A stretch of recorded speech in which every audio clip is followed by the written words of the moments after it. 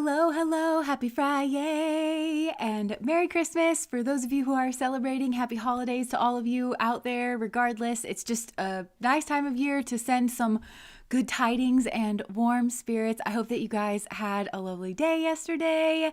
And today we are doing a lovely juicy reading on the thing that you need to know. It's kind of like a message from your guides kind of reading, but just highlighting the thing that you need to know. Maybe this is something that you've been searching for an answer for, just kind of wondering, what is that piece that's going to like click things together? Or maybe this is just something maybe random that your guides are like, well, what do they need to know? And just kind of, piecing that together. I don't know. We'll have to just see what comes through here in the readings. But before we get into and thank you guys so much for the super chat. I feel guess who got 3 hours of sleep last night? It was me. Because my eating was like all off over the holidays. And so I was just like laying in bed last night, like just wide eyes, like staring at the ceiling. And so I might be just like a little bit groggy or a little bit off today. Thank you guys so much for the super chats. And I wanted to say as well, thank you to all of you that have been sending me tips in the tip jar. That has not gone unnoticed, and your sweet notes. And I never want to mention anybody by name because maybe you're, wanting to be a little bit more private with those kinds of things. But thank you guys so much for your generosity, not just with the tips, but also just your generosity of spirit that you've had with me so consistently throughout the whole year. And I am consistently amazed at how comfortable I feel living out my humanity in front of this group of people, because by all intents and purposes, it should feel really intimidating. And more, I just kind of settle in and get comfortable with being a full person and feeling like that's okay. And I know sometimes I cross the line over into where it's like, nah, you're being a little bit of a jerk there, Jess. But it's been recoverable. So thank you guys so much. And somebody was asking for prayers for their father, Andrea. Yeah, I'm so sorry that you lost your father a couple of weeks ago. It's a hard time of year for people to do with things like that. And I know a lot of people, this can be a tough time of year because of the loss of family through death or otherwise. So just shout out, and I'm glad that we can spend this time together here, and I don't want to spend too much time on that. Also, we are reading Codependent No More by Melody Beattie. Instead of doing the general messages, maybe we'll do a general message if you guys want to kind of quickly at the end, but we've been doing this in the place of it. And if you're interested, today's a really good day to listen, because we're reading chapter 4, which is the characteristics, where they like list out the characteristics. And I just wanted to mention that at the beginning, because this is like a really useful chapter in this book if you are interested in codependency or even just kind of like refreshing yourself. This is a good one. So okay, now that we have said all of that, thank you guys so much for the super chats. I may not be online the whole live, but I wish you Happy New Year. Thank you, Jess. Thank you. Happy holidays. Thank you guys so much. And the little coffee guy. Okay, so I'm going to put up this anchor card here, the Mystic. So I believe that we read the cards together. I like for you guys to get a good little gander at these things, anything that's kind of coming through for you. So that is our anchor card. And I'm just going to put these selections up in case you haven't already selected your pile. Now's a good time to do that. So pile number 1 is the box. Pile number 2 is the tear, and pile number 3 is the heart. It goes in that order. And so even if you have chosen your pile already, now is the time where we just like to take a moment of utter silence and connect with a part of ourselves that feels familiar in that place. So however you want to do it, take a big deep breath or not, just merely exist in your space. So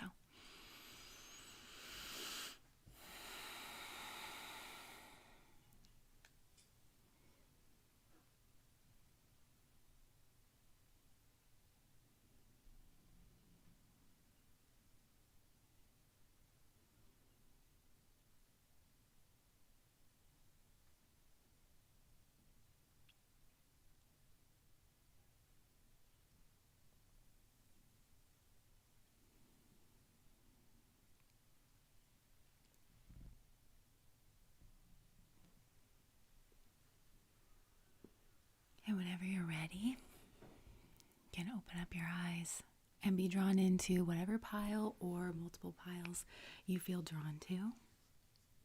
Give you just a second here to do that. Oh, I forgot to mention. Okay, so we did most of our holiday festivities on Christmas Eve, like with the family. And then Alex and I hung out yesterday. We watched the Great American Bake Off, but we also got Chinese food. And they always give us like just a handful of the fortune cookies. And I have 3 left. So I'm going to open up the fortune cookies, like one for each pile. And we'll just see what it says. I just thought that was really funny. Nice. Okay, and then also really quick, I'm gonna pull this off, so pause us here if you still need some more time with the cards. Besides the anchor card, this also fell out, the spiritual awakening card, and I wanted to show that to you as well. So it says enlightenment, epiphany, life lessons, and rebirth. So I feel like this is like another just kind of common energy that's coming through. It's like ASMR with the little crinkles of the paper, sorry. Okay, so if you're ready, I'm ready. Without further ado, let us move into the reading. Maybe not one thing, but like, what is the thing that you need to know coming through from your guides or your ancestors or any other benevolent beings or energies that want to carry in a messages for the highest vibrational good of all beings and the highest vibrational good of all beings only. Okay, so we're going to do pile number 1, which is the box. Oh my gosh, and it's Boxing Day. Yeah, Jess, I think you were saying that. Also, Alex greeted me this morning by saying Happy Boxing Day. So maybe there is something here to do with a box, maybe more metaphorical or maybe not. I'm not sure. Maybe some of you are asking about a certain box when your neighbor is going to move the box. Okay, actually, let's just see here. All right, Spirit. Well, actually. Oh, look, Angel of Support. The universe has heard your silent call for help. So maybe some of you have been praying or asking, oh, this feels like a gift, like some kind of gift from the universe. But I feel like in order to unpack it, it's not like it's just going to be a box that like kind of plops and then you open the box like kind of all at once. Because what I'm getting with this is that, oh, I'm also hearing this is going somewhere. Or like this is going to yield some kind of results, but it's like you kind of can't see it because see how like there's a light inside of this box and maybe that light is inside of you or maybe that's like some kind of answer that you're seeking. And Spirit is kind of, maybe some of you feel like Spirit's giving you the runaround or something here because it feels like, I don't know if you can see on this box, but there's like the white lines that are kind of like all going around it. And so I'm feeling like it's like you're making laps around this, but it's not really in a circle form. So you're kind of maybe hitting a side and then you're getting in closer and closer and closer and closer and closer. And it's something here where it's like Spirit is kind of helping you piece together. I feel like some kind of whole picture, or it's initiating you through more of a total process or like more of a whole process before then it's going to remove the box and it's going to be like, oh, that's like the answer or that's the explanation. But it's something that you have to kind of like putting together a puzzle where it's like the whole picture is going to like somewhat come together. I'm literally getting goosebumps. I feel like it's all a matter of like sight as well too. Like I just heard second sight and like the way that you are seeing or like perceiving things. And this has to do with some kind of like spiritual awakening. Maybe some of you have prayed for a spiritual awakening or you might not even realize that whatever it is that you've prayed for is in some way connected to a spiritual awakening and this like aha moment. But the aha moment, like I'm hearing like some kind of divinely inspired aha moment. It doesn't really work like that is what Spirit is saying. They're putting in like the scaffolding is what I'm getting. They're putting in some kind of like scaffolding in order to like, maybe for some of you, it's like to remove something like entirely, some kind of blockage. Maybe it's a karmic blockage or something. Yeah, for some of you, it could, if there's any kind of blockage in your life, because I also just heard like a clog in an artery or something, and I'm not a medical professional or giving medical advice, but something that you want to kind of flow through. It could even be like through communication, but if you've prayed or something or asked for help, like in regards of like getting around a certain blockage, there is a certain amount of protection here. And that could be for you or for maybe other parties that are involved that you might know and understand are involved, but maybe parties that you don't understand how they're involved or like intertwined or their energies are entwined here in this. So what else is Spirit wanting to say? Okay, look at this. This is the 5 of Swords, and it's an angel card. Oh, look, and this is the Angel of Support, and this is like an angel's deck. Okay, so there's like angelic support, but I'm hearing from one of my angelic tunes, come in and soothe and surround you. That's from one of my spells. And it just kind of calls in some kind of soothing energy. So maybe Spirit is sending you in some kind of soothing energy, and maybe there's like a relaxation or something here. This is either for you or for somebody else, because I feel like there's something where it's like maybe it feels like whatever this is, maybe there's not an easy solution or something here. And it's not solved like on the level of the mind or something here, but it feels like maybe Spirit is like withholding some kind of truth here in order to soothe or comfort you. And then when something is like kind of built up and then can kind of like remove the whole thing, it has your soothing in mind or your comfort in mind, the way that spirit is kind of like going about doing something here. Yeah, the Emperor. Well, let me just shuffle here. So what else do you want to say here? What is the one thing that, or yeah, what's the thing that pile number 1 needs to know? Yeah, you're moving towards some kind of like new beginning here. Some kind of like maybe passionate new beginning, because it is the Ace of Wands. But also like I am kind of getting this like air clearing kind of energy.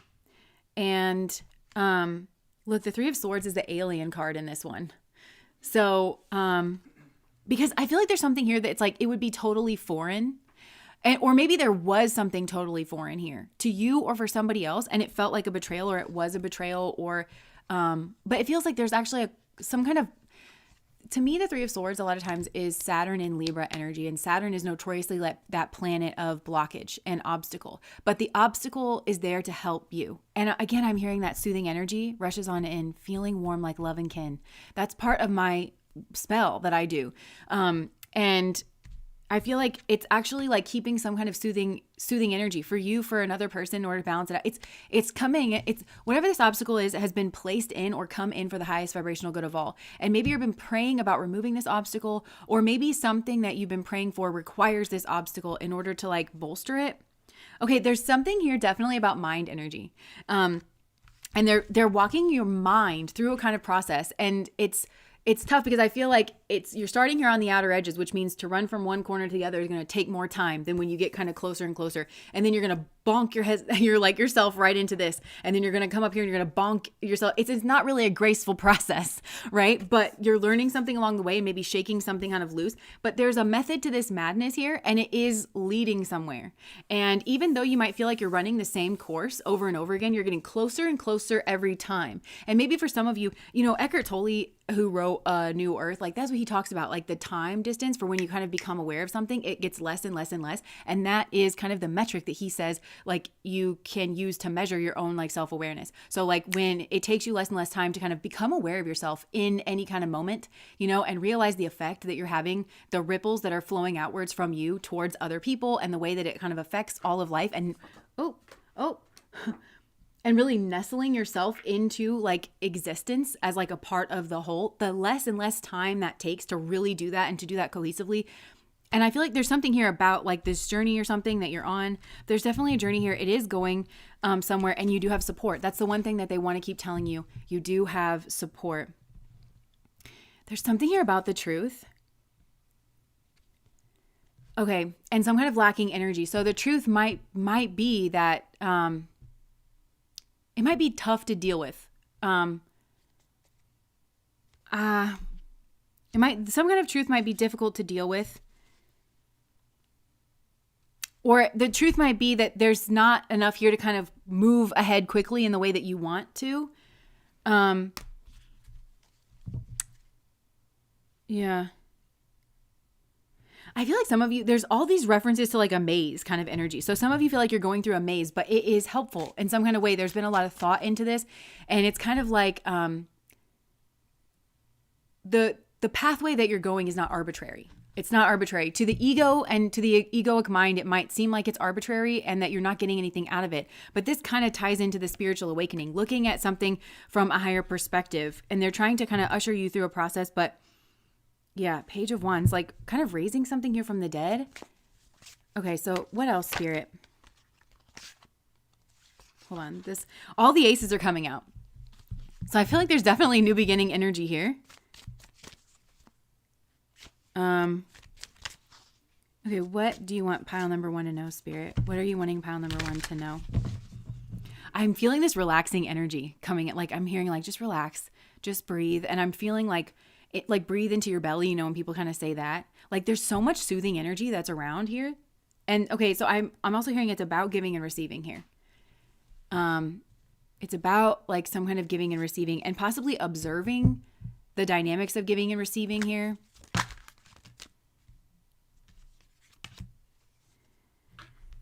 And like from a different perspective, from underneath is what I want to say.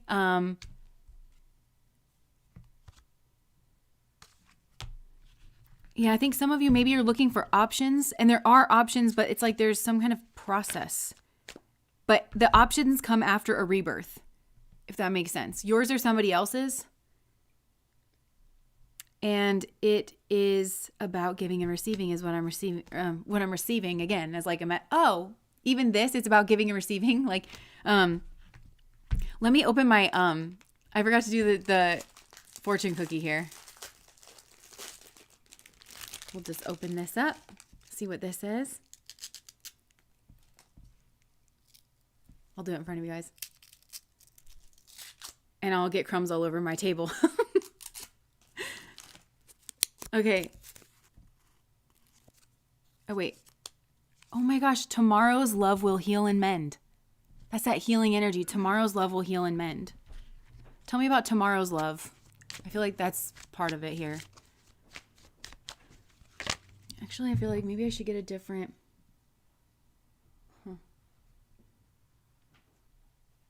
Okay, well, there is like a juggling energy here and also a focus, but I want to get like one of these chakra cards. Look, mastering the heart space. Somebody here is like mastering the heart space. So tomorrow's love will heal and mend. So maybe that's the process that you're going through or somebody else is going through, because for some of you, this could be somebody else, like referring to somebody else. What wants to come through here, Spirit? Yeah, I'm just really getting like the green energy of the heart chakra that's coming through. Look, it's coming out again, master and blossom. There's a real blossoming of the heart chakra energy in you, in somebody else, between you and another person. And why is Spirit wanting this to come through? Again, I'm hearing comfort, the comfort that you need. I feel like some of you need some comfort here. Your dreams are coming true. Okay, so, and look, this is like the maze energy again. So your dreams are coming true. Moving with the flow. But to me, it feels like maybe the flow feels like you are swirling around a cube and you get slammed into like the side and you get slammed into the other side and you get slammed into the other side, but maybe, yeah. Oh, and then spread your wings. So this to me is kind of speaking about a jump in consciousness where, as the Albert Einstein quote says, like a problem cannot be solved on the same level of consciousness that created it. And for maybe for some of you, there's a problem here or like an unsolvable riddle that you kind of go around and around. Yeah. Maybe about what was said or what you want to say or something here. It's an unsolvable riddle, but this is teaching you how to look at it because actually everything is there and cohesive and like kind of makes sense if you know how to look at it. And I feel like Spirit's trying to teach you how to look at it from this like elevated level in consciousness somehow. Rest and reconsider. Yeah. I feel like you're being encouraged to rest and seek the truth. And maybe even like rest will bring you the truth. There's something here about 29. Look, the truth, like there's love coming in. So there's some kind of like love. Soothing energy comes on in, feeling warm like love and kin. I just keep getting that. Like, so it could be like love and kin, like the kind of family. Look, and then the throat chakra is definitely a part of this. Like maybe speaking love. I just heard that JoJo song, Say Love. And look, seeking the truth, but it's tied in with the throat chakra. So maybe you're trying to figure out what somebody was saying to you and like where the love is. There's love here, it's just, maybe there's something else here. Dedicated effort. Yeah. So this is like, I'm kind of getting a 3 of Pentacles energy off of this, like a working together again, in order to like reveal the full picture here. Listen, and look, this is Spirit. This looks cheeky to me. This looks like wise Spirit. That's like, just wait. Just wait. Like you can almost hear her lightly giggling here, but not really. It feels so like calm and yeah. And also there's like, yeah, it's confidence that's being built here as well. So there's a whole process that's going on here. Yeah. And just going with the flow and going with nurturance. So they're really wanting to nurture you. Is there anything they want to say to do with the nurturance? Look, giving and receiving. Giving and receiving. What? Just breathe. Okay, that's a Faith Hill song, and it's a love song too, and it's from back in the day. I can feel the magic floating in the air. Being with you makes me that way. So there's some kind of reference to love here, and I do just want to see like if I can get any information on that.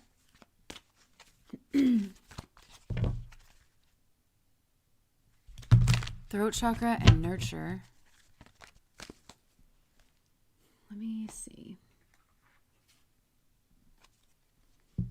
This might just be a very short pile because I'm not really sure that there's much more that's going to come from this, but I just want to see like what Is there anything that you want to say about love? The Queen of Cups just came out, and the little turtle here at the bottom. So I feel like for some of you, you're going to get some kind of love, and it might be from this Queen of Cups, and this Queen of Cups might be a spirit guide or some kind of like spiritual energy that's coming through.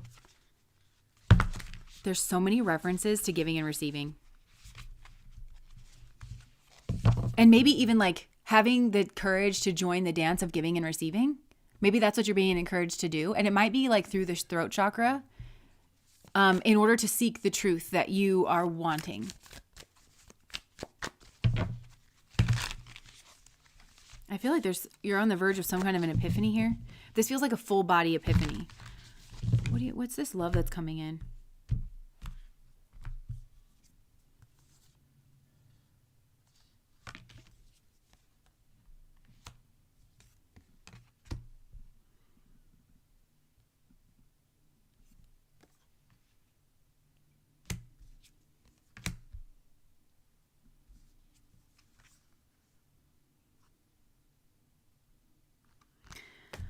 Okay, so somebody here has had, I don't know like if this is you or if this is your person or what's going on, but I feel like somebody has left, and I don't know if this is you or somebody else. And it could be that you had to set a hard boundary with somebody here, because I'm feeling like this was needed, whatever this was. Like somebody ended a relationship or a conversation, and then and somebody here had to like kind of leave and then go experience life kind of on their own and build themselves up. Like, again, clear the air with themselves, maybe have a little bit of fun, start over, but I don't know, not have a lot here. And to move away, like doing something that you love in order to move away from some kind of pattern, in order to confront whatever this Queen of Wands energy is, in order to have this kind of rebirth. And it feels like kind of in oneself. And so I feel like this is whoever has had to like move away. I think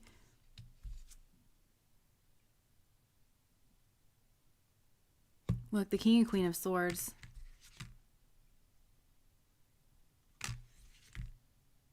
There was something that they really didn't see. And it's either about themselves or about the people that they were with.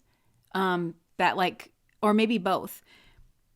But so there might be some kind of like, I'm getting for a lot, it's like, it's something within the self that was like not seen. That it makes sense why somebody here like had to draw a hard line or move away. But and even though there's a lot of love, and just because there was a hard line drawn here doesn't mean that there's not a lot of love here, but there did need to be some kind of line put in place, or somebody here needed to be like checked in a certain way, in a very queen, king. We have like the whole swords family here, right? And so somebody here like maybe needed to kind of move away, and it really could go either way. So I feel like, yeah. But then somebody here needs to kind of connect with their own confidence. And when they do, they're going to be able to see, oh, that's what was missing. And that's why I was acting a certain way. Or that's, yeah. Or it could be in like somebody else here though, that they're seeing that in. So there's a whole cycle that kind of needs to unfold here. And there's a whole progression. And Spirit can see that. Maybe you can't see that, or maybe somebody else can't see that. Maybe if some of you are a person who's had to send somebody packing, even though there was a lot of love, but they weren't acting right. And you, just because you love somebody doesn't mean that you have to like tolerate their abuse or something here, but you've been guided the whole way. And it's like somebody here wasn't really understanding how powerful they are, like from within. And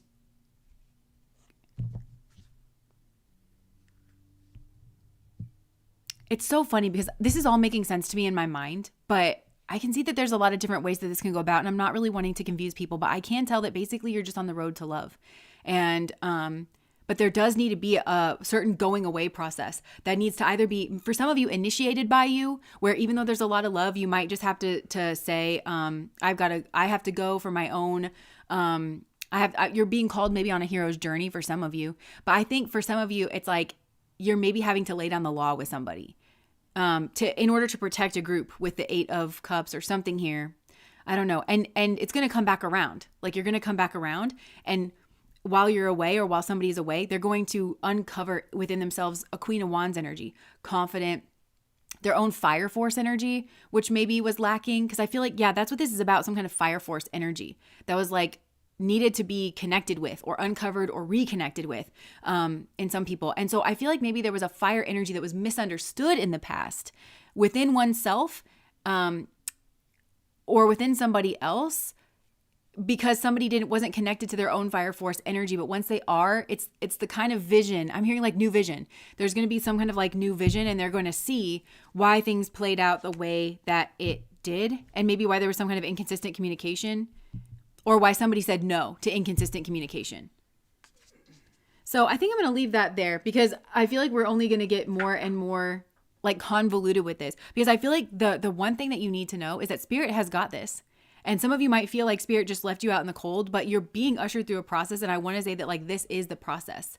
And if they're letting you kind of grapple around to feel for like rocks or something, that's because that's what they intend. They're intending for you to kind of like, piece something together here. But tomorrow's love will heal and mend.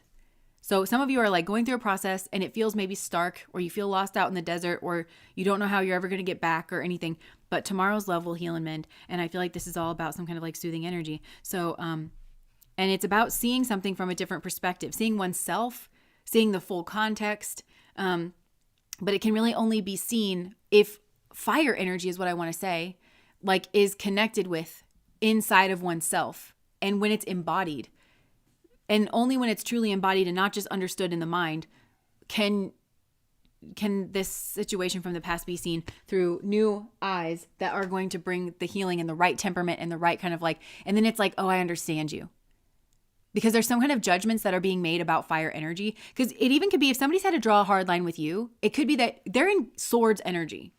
Queen, king, and page, so like it's swords energy, but you might have thought that it was fire energy. You might have thought that somebody was like exploding or something, when actually there was a lot of observation and just like a clean cut. And there was a very like, the swords energies for me are like the keepers of justice. Like those, they make like the kind of logical, there's no like emotion there, but you could have thought that somebody was like being very harsh, or like drawing it's when you cut just a clean line, sometimes that can feel very abrupt or like very harsh. And you could have thought that it was coming from fire energy in a person, but I feel like it's because there's a disconnect with your own fire energy and not understanding that energy from the inside out, because it wasn't coming from that. And and maybe for some of you, this is your own self. You're like, no, I'm hesitant to draw a firm line with somebody and just draw my line in the sand. Or I did that and I'm feeling guilty, because you're misconstruing the fire and the air energy. But this love is going to mend. And it was what was needed here to kind of kick somebody off on their own journey, and maybe even literally kick somebody off, because there could have been an inappropriate, like I'm kind of getting like suckling at the teat, like in an inappropriate way. Oh, and it's about giving and receiving. And like maybe so there was something off with the dynamic. And but it feels like whatever was off, it couldn't be seen. Like somebody wasn't at the level of consciousness to be able to see it, or they didn't have the right perspective on themselves or the right perspective on somebody else to be able to see something here. It feels like maybe something here was very emotionally charged, or somebody could have been overly dependent on something. And it was kind of like, I don't know, wires were kind of getting crossed, but it feels like somebody here needed to go away in order to have their own experience, get what they need to get, and then be like, oh, and then like have certain things kind of click in. And that's leading to some kind of rebirth and some kind of spiritual awakening. And, but I feel like Spirit is wanting to comfort you and saying this is absolutely going somewhere. So, okay. That was pile number 1.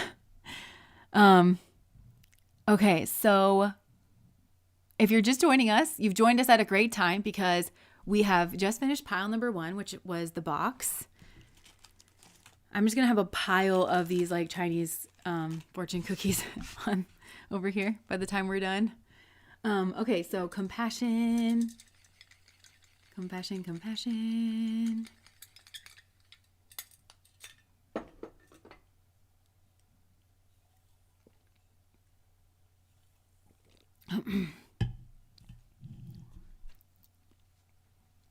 All right.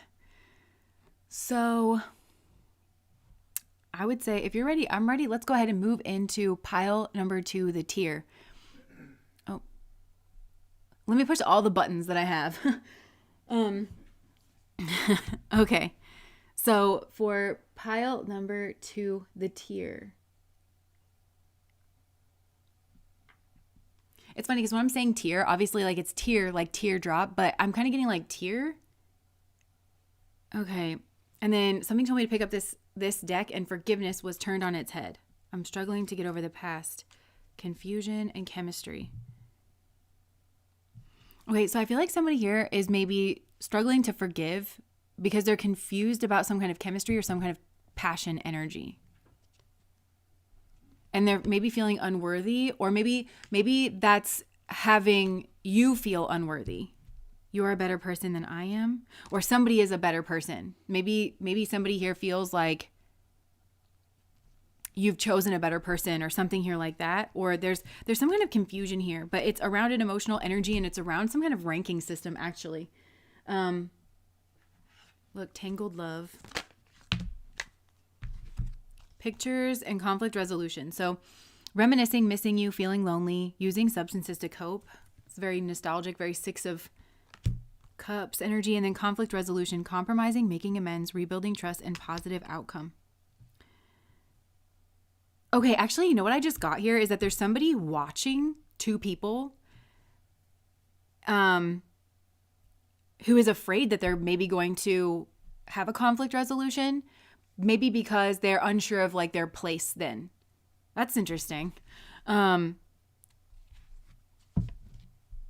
Guilt. Okay, so somebody's coming through here and they're experiencing guilt, stress, anxiety, ashamed, and remorseful. Okay, so somebody here is actually feeling ashamed and remorseful. This image also feels very frozen to me. Like, yes, it's a tear energy, but you know, with tears, you expect things to be kind of like flowing, and it's not flowing here. It's very frozen. For some of you, this is overlapping with pile number 1 because the way in which pile number 1 was flowing felt like a box. It felt like going around and around in a box. And it's because maybe somebody's trying to keep themselves in a kind of box. And I am feeling this kind of like a Venn diagram, like overlapping here for some. And I feel like that's actually a very potent pile or a very potent group, or even if that's not you, I feel like maybe that's somebody here in this situation. I actually feel like this is relating to some kind of like third party. I just heard vantage point. Like there's something here about their vantage point. And I'm also hearing advantage, taking advantage. They tried to co-opt a moment is what I just heard. And they tried to take advantage. And it may have even involved a picture. Like, you know, they took a picture with somebody, and then because as they say, a picture speaks 1,000 words or something. And they knew that you would put the pieces together. Like, again, it feels like it has to do with ranking and like some kind of tiered competitive system. And this person is feeling guilt and remorse, but it's like way tucked back. They're not allowing themselves to feel that because I think they're mostly just concerned, but yeah, concerned and like consumed with fear. I also just saw somebody like wrinkle their brow, like just kind of like maybe confused. I'm seeing somebody like hawk-eyed, like watching two people interact, like from away from these two people. And they're just so scared, breathless, that they're going to make some kind of amends, that they're going to have some kind of like real, genuine conversation. But this person who's feeling that way, it's like damned if they do and they're damned if they don't, because I feel like they feel bad for doing this. They don't really allow themselves to feel that they're feeling bad, but they feel bad for doing this. And Spirit's trying to usher this person through like a watershed moment is what I'm getting of like this isn't worth it, you know, like you're holding yourself frozen is what I'm getting. And there's kind of it's like oh my gosh, it's like they're traumatized, or like they're traumatizing themselves by being just kind of like frozen and like looking at these two people, like kind of connecting and like, you know, it's like move. Spirit's like, you don't have to, this isn't for you. This isn't your space and you don't have to insert yourself here, you know? So just like move away. But these two people are like very clearly soulmates, and it's like they absolutely could make amends. And this is somebody who doesn't want healing to occur between two people, but they're not really saying that for some kind of reason. Look, love that lasts, timeless, real, and deep affection. I think they're seeing this in two people, but for some reason they maybe think that, I don't think they actually think that they have a connection with one of these people. I think that they're just jealous and envious. I feel like this probably comes from a place of deep insecurity. And they feel sad. They feel slighted for themselves. But I feel that they've caused a wreckage here, and Spirit's like, you should really feel sad about that. You know, they feel guilt. And look, like it's the eye blocking for me.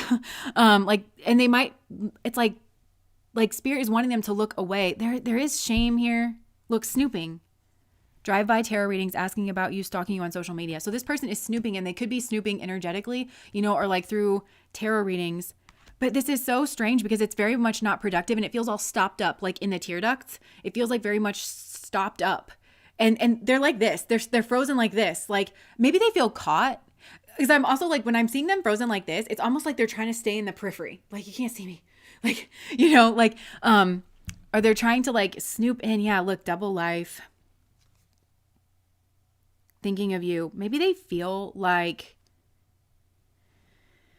maybe they are living a double life, because I just feel like people would not assume that this person is feeling this way, or like that they're so preoccupied or like tied in with whatever this is. And they don't know why they're looped in here, but they're frozen. It's like spirit has them in an emotional way, because there's been an emotional betrayal here, like stuck because they betrayed. It's like they, I think, got in the middle. They intended to tie a karmic knot between two actual soulmates. They really wanted to like block communication, honest, intimate, real, raw communication. Because these two, if they're just left alone, the love is so naturally there that they would figure it out. Like they would be able to connect with one another, because it just feels like such a natural space. And again, the flowing energy. And maybe these two need to cry, need to like hold each other, like need to like touch, like actually like hold their hand, to feel the pulse and the warmth, and that they're somebody here that they're dealing with is not a reptile, but because I feel like somebody here did insert themselves. And I do think it's because of their own stuff going on, but they don't want to deal with their own stuff. So instead it's like, but this means something to them. It's like weighted, like it means something to them to keep these two apart, or to have inserted themselves, or to make it to where these two can't have a conversation, either because of proximity, or I feel like, yeah, it even could be that somebody here was just like never allowing two people to be alone. Like they would always just like walk up, like to never allow two people to be alone, or to even like settle in to have a conversation, like if they don't know each other very well, because maybe you could feel the soulmate connection here. Or it could be that somebody has inserted themselves and these two do love each other sincerely, and they have certain things to work out, and somebody didn't want that to happen because they feel like but they're also emotionally betraying themselves, like whoever this person is. And I'm seeing them pressed up against the glass. It's this, what's going on here is wrong, but it's also a little bit cute in my mind, like the way it's coming across. Like this, I feel like whatever happened here is like absolutely wrong, but they're just kind of like, I don't know, they're frozen. They're frozen because they're refusing to look at themselves, and that their insertion in this space is what's wrong. And it's been wrong, I heard, since Sunday. It's been wrong since Sunday. I have no idea what that means. Look, fighting and growing together. They got in between two people here. Now, I don't know who this person is, because it could be a platonic connection. Maybe this is somebody's mom, or this is some kind of friend that's very possessive over their other friend, or something here like that. Or it could be an actual third party that derives a sense of self and meaning and importance through competition and through destructive energy, and in order to prove their worth and their worthiness. Oh, I'm also getting like, remember that lady, Adam Levine? Remember he had that affair? And that lady came on and immediately started comparing herself to his wife. She could have identified him in a myriad of other ways, like this is a guy in a band or whatever, but she immediately was like, with somebody whose wife is a Victoria's Secret model. And there were so many like people talking about, that's very telling that that's the way that you choose to identify yourself is.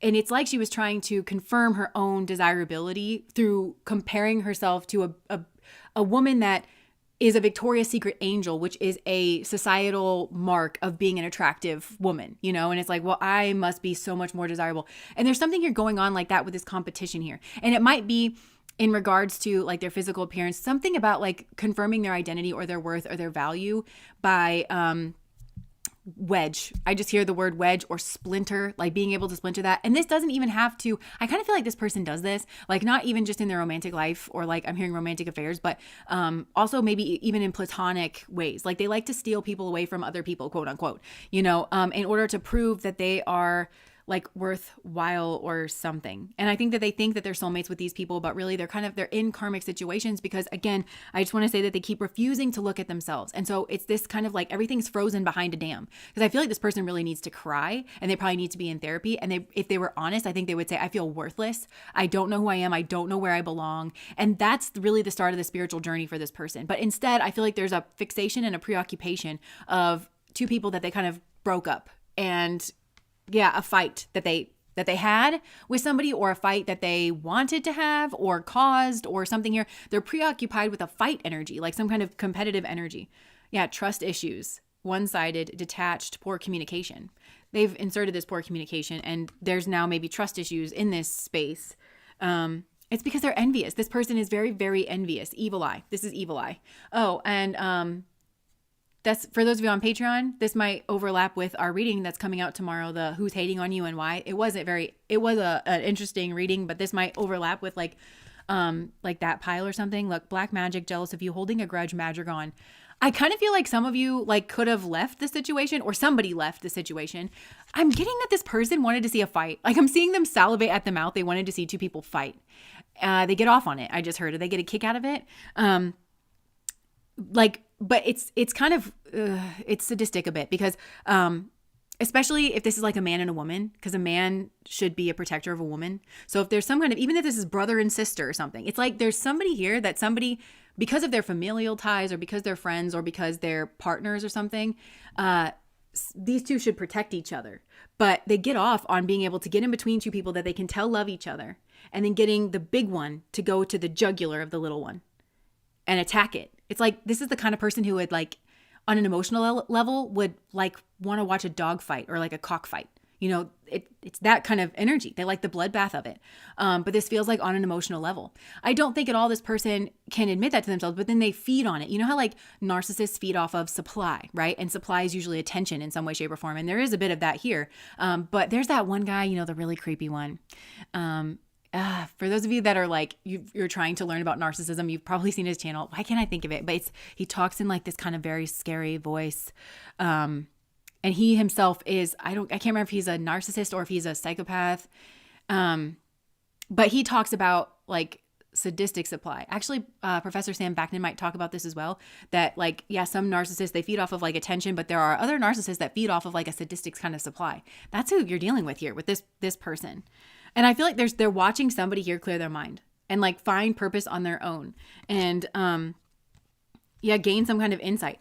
I think spirit is also trying to get this person to do this, to like walk away from this and to determine. I'm hearing the word determinate or like determine, like, but it's tied with destiny somehow, like determine it. Like the spirit has determined that this person is going to gain some kind of insight, clarity. They're going to walk away. They're going to be independent. They're going to find balance against this inner push-pull energy, controlling, unbalanced, pride and ego, power struggles. That's this person. But they like to create this kind of like power struggle. I feel like somebody here has like actually like forgiven this person, or they don't care, or they've like let go here. They found some kind of like spiritual release from this, or you're being encouraged to do this. Like somebody here's taking their power back, but I feel like spirit's trying to encourage this person to do that. But it's like, there's some kind of like, I feel like this is spirit saying, I can forgive you. Like I have already forgiven you, but you have to move towards me here. Someone's forgiven you. I feel like it's spirit, and that's spirit in the distance, but spirit's calling this person forward. You are forgiven, but you've got to come get this forgiveness over here. And basically spirit saying, I love everybody, and those are my children that you're fucking with. So get over here. If you've ever worked with kids, you know, in a classroom and you got to separate a couple of them out because it's like, you don't belong over there. Come take a time out with me. You know, you got to say goodbye. Yeah, caught. And I think spirit's telling this person, you're caught. You're caught here. Busted. Detective work, secrets exposed, surprised, and shocked. I think this is also a shot across the bow. I think spirit's warning this person that they're going to be very shocked when some kind of their secret gets exposed in some kind of way. Yeah. Because somebody here might well come clean. Maybe about some kind of money. Or they're going to feel shocked because somebody's like feeling it again. Because it's a soulmate connection. This person's at war with God, basically. Look, somebody's feeling like guilt, anxiety, ashamed, and remorseful. Pop up. Unexpected visit, taking a risk, facing fears, emotional push. Somebody here is like maybe thinking about popping up. Maybe that's what somebody's watching, is like one of these soulmates is thinking about like popping up on the other one in order to like apologize or confess. They could have even used spell work, some of these people. Okay, so anything else that wants to come through here? All of this is as gnarly as it is, because this is some gnarly energy. And you guys know that I feel like this is gnarly because I really don't hide my emotions around this. I think this is the exact kind of person that benefits when we kind of pull our punches and we're like, well, everybody's on their own path. Well, everybody is on their own path, but not all of us are meeting our path in the same way with the same energy. And, because whereas we're all here trying to figure ourselves out and we're engaging with that like pretty head on, this is a person who I just saw somebody chewing gum. Like they're just kind of going through the motions, you know, but they're absolutely frozen and they're doing it to kind of like masturbate themselves and to kind of like get some kind of sense of self. So they're not engaging with their path on the same kind of level. And I think it's okay. And I actually think that it's imperative to call that out because this is a person where that becomes like a smoke screen for them of, well, you know, I'm trying. So, you know, you can't really criticize me. But, as gnarly as this is, okay, because this is some gnarly stuff. And me in particular, there's something about that kind of schmegsual emotional violence that in particular gets to me. I find that to be the most cruel. And like, how could you do it? You know, from Pride and Prejudice, when Elizabeth is explaining to Mr. Darcy that he separated a young couple that loved each other, and she looks at him and she says, "How could you do it?" You know, and it's like there's something here that's like gone on, and he explains that he thought that he was doing like the best for his friend, and he was earnest in that. That's not who we're dealing with here. But as gnarly as this is, I do feel like it's leading to some kind of spiritual awakening. And Spirit is kind of saying it's this yes and energy of like, well, we're all on our own path, and you know, there's nuances to that. Not everybody is on it the same way, and yet this effed up nonsense is somehow this person's path to spiritually awakening. Not acting out the harm, but it's like they have to come up out of it. That's their spiritual path. They have to choose to come up out of it and like kind of see it and process their emotions. But they're really secretive as well. They're sneaky, dishonest, mysterious, and they're hiding information. And they're childish as well. I also think that's something that they don't want to reveal about themselves, because this is extremely childish, whatever they've done here behind the scenes, where it's like I feel like Spirit is actually saying you need to out yourself. You need to out yourself and you need to come clean about what you were doing behind the scenes here. And I think even a lot of people just hearing what this person was spending their time and energy doing are going to be like, have you no life? Like, you know, what? Like it's giving weird. It's giving weird energy. Look, immaturity, insecurity, verbal conflicts, and victim mentality. I feel like this person tried to start some kind of shit here, and they had a victim mentality because they're very childish, and they feed off of some kind of verbal conflict energy. Look, rock bottom, jail, karma, legal trouble, and life falling apart. I actually feel like this person's in some kind of trouble, or they're about to be, because Spirit is warning this person that they're going to be very shocked when some kind of secret gets exposed. Look, unemployed. Yeah. There's some consequences that they're just about to hit this person pretty hard. And they're either just hit or they're like, it's right about to hit really hard. Broke, debt-ridden, on hard times, living beyond their means, and inferno. Yeah, look at these cards. Their life is falling apart. Desperation, self-sabotage, life in flames, and breaking point. I think this is the energy that they tried to inflict or did inflict on other people, and they kind of get off on it. But this is going to turn around and hit them. Okay, and I almost wanted to say hit on them, and then the desire card came out. So it could be, yeah, some kind of karmic that's coming in that's a broken mirror. 7 years of bad luck. I just heard. Turmoil, triggers, lessons, addictions, and awakening. They need to come clean. And Spirit is saying they need to come clean. So if this happens to be you, because I am not a naive person and I feel this energy sometimes in our community, which is one of the things that kind of gets me all ruffled up a bit. And not because of these people in particular. Like me as a human, I kind of have my doubt. Like, is this the kind of person that is incentivized to change at all? Because they just get so much pleasure out of like hiding and like being what they are, like behind the scenes, and being childish and not taking responsibility for it and not ever like getting cut out. But I do genuinely believe that with Spirit involved, these are people that can get on their spiritual path. They really can. And Spirit seems to be saying like, it's time now. Like, it's time now. So if this happens to be you, I feel like Spirit's saying there's some consequences that are headed down the road here for being secretive and for being dishonest. And you might be very shocked about some kind of information that comes out. Guilt. I just heard performance. So like this person may perform guilt, but if they're actually guilty. Okay, so this is what some of you need to know, because if this is somebody around you and they're not making amends or coming, I feel like something may come out about this person and you may hear about it. And what Spirit wants to tell you is that this is performative. If they were truly feeling guilty, they would have come out of the shadows before. And what you're hearing me do now, because I'm prompting this person, like energetically even, you know, just Spirit has been telling this person in whatever way Spirit can get through, and Spirit has access to all of us, you know, that they need to make right here. They need to come out. They need to stop doing this. They need to take off their mask. This is some weird shit to be involved in, you know, of all the things that you can choose to do in the world, and you're hiding and you're trying to sabotage and undermine other people to get your kicks. It's giving strange. And this person doesn't want people to look at them like, what the fuck? But then why are you doing shit that, you know, if people found out about it, they would look at you like, what the fuck? You know, like So that has to do with like accountability. I also feel like this person will perform accountability, right? They won't actually take accountability, and they will perform guilt, and they will be ashamed because of how weird this is, like of how deranged this kind of behavior is. And also because there's somebody here that's very high value. This, the Empress, and this might be you. Self-worth, will not settle, beautiful, sexy, abundant, confident. The comparison here, like, yeah, maybe they wanted to profit off of some kind of like third party situation. Yeah. Yeah. And some kind of controversy energy.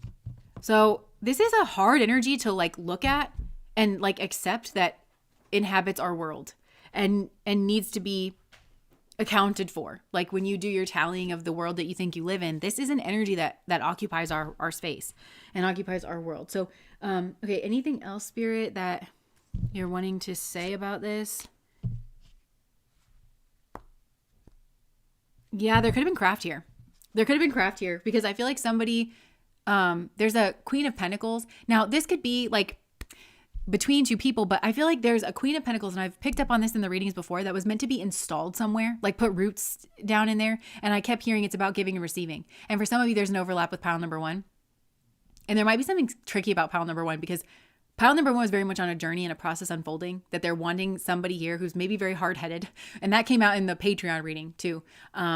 They're wanting that person to put it together because they're so hard-headed that they have to soften that head up a little bit. So metaphorically speaking, of course. So that's why they're knocking them into certain things, kind of soften them up like on a spiritual level, but also on a mental level, because they're very hard-headed. They refuse to see anything from any other kind of perspective. But I'm just getting that, again, there was a Queen of Pentacles energy that was supposed to have roots down and very healthy, and they're giving receiving energy, and it's kind of like a rising tide lifts all boats. That was going to benefit like a lot of people. So it could be that they snipped what they thought was a partnership here, and that's all they're focused on because they're so jealous and they're so like, but actually there's somebody that they had a broader mission here. So the karmas here are not what this person thinks that they are, because there may even be this person thinking, well, it's not, minimizing, thinking, oh, it's not that big of a deal. But actually, this is kind of like the butterfly effect. You change one little thing and then like so much changes, and Spirit's really needing this person to kind of wrap their mind around that. Emily, thank you so much for the super chat. Holiday thank you gift for offering your gifts after only 3 hours of sleep. Yes, so true.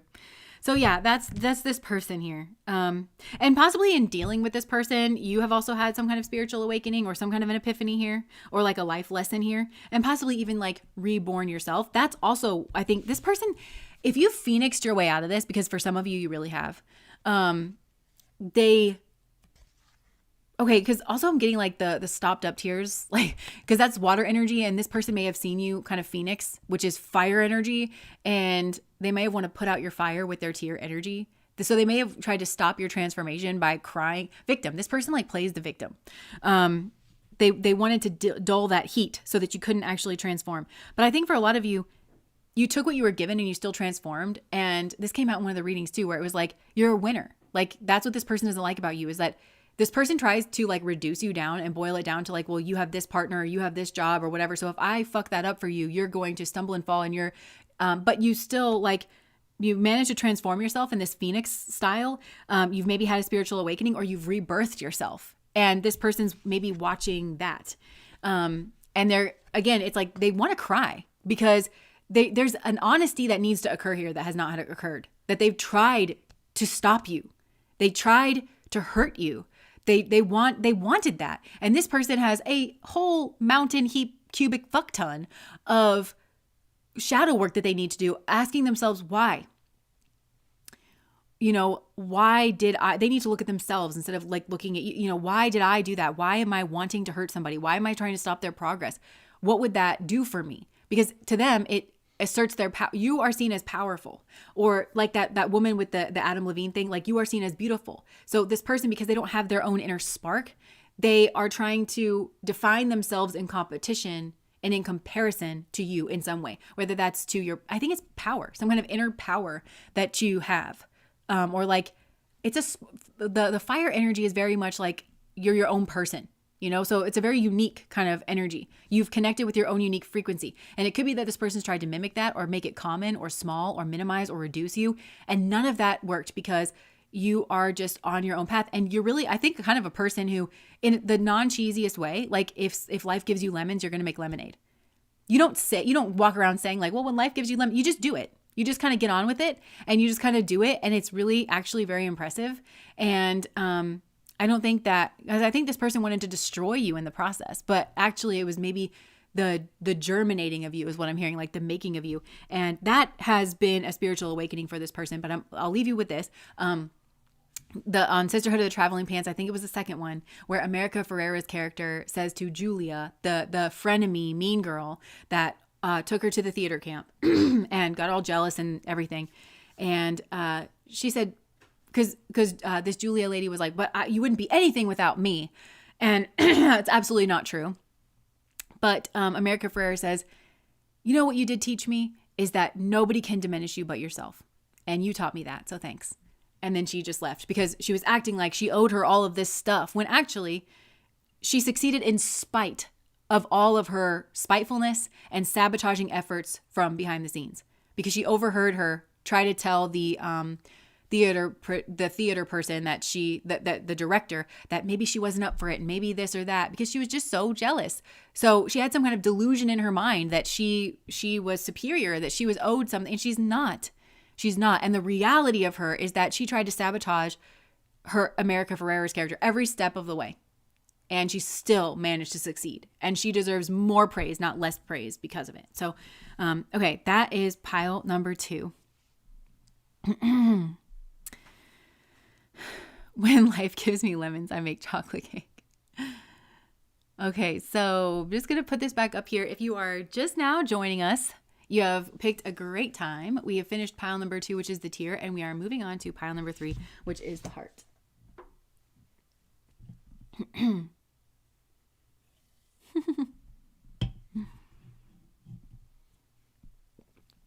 Thank you, Jess. Silly fools. Many of us were raised in towers. Yes.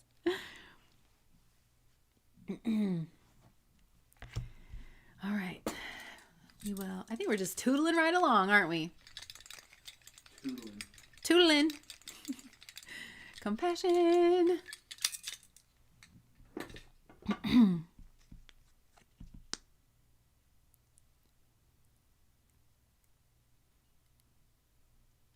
Only you can diminish your own dignity. Yes.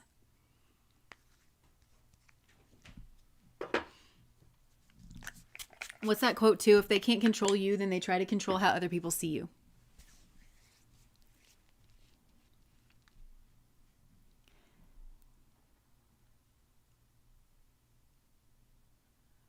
All right. So, oh, I didn't open the fortune cookie for pile number 2. I'm going to do that now.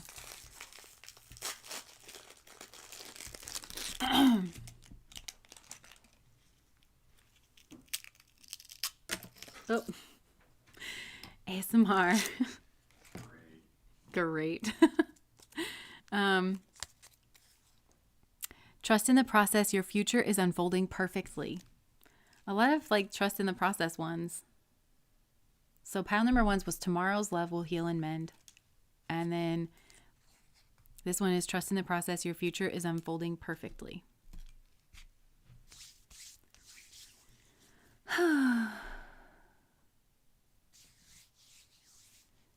Deborah, thank you so much for the super chat. And the cute little, is that a fox or a cat?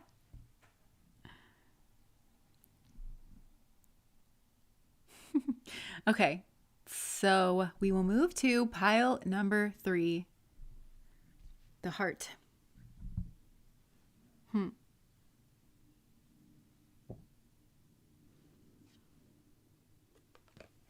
Okay. Well, I just grabbed some off of this deck, but it says win or lose and embrace. So I feel like matters of the heart I'm hearing are not win or lose. And you can't connect with the truth of matters of the heart if you're thinking so much about like winning and losing. There's something here that's like kind of blocking that truth, but it's more about like embracing and having like the confidence to embrace something here. Okay, so let's just see. Ooh, I'm moving into the what's the gossip deck. So maybe there's some gossip here. Gossip and games, I just heard.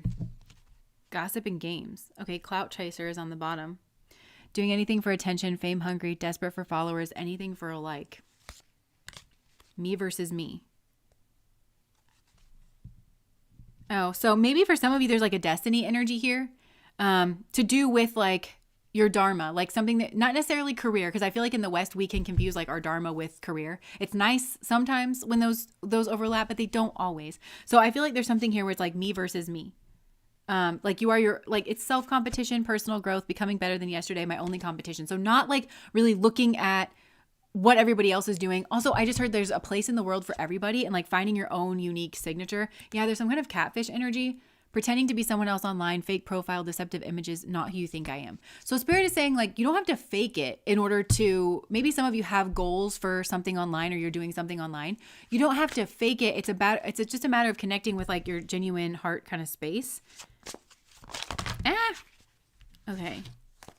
Maybe you're worried about what people would think. Okay, let me just see here. Spirit, what is the one thing that they need to know for pile number 3? What is... Oh, there's some kind of hook about thinking about overnight success. And that's not like really the way to kind of like think about it.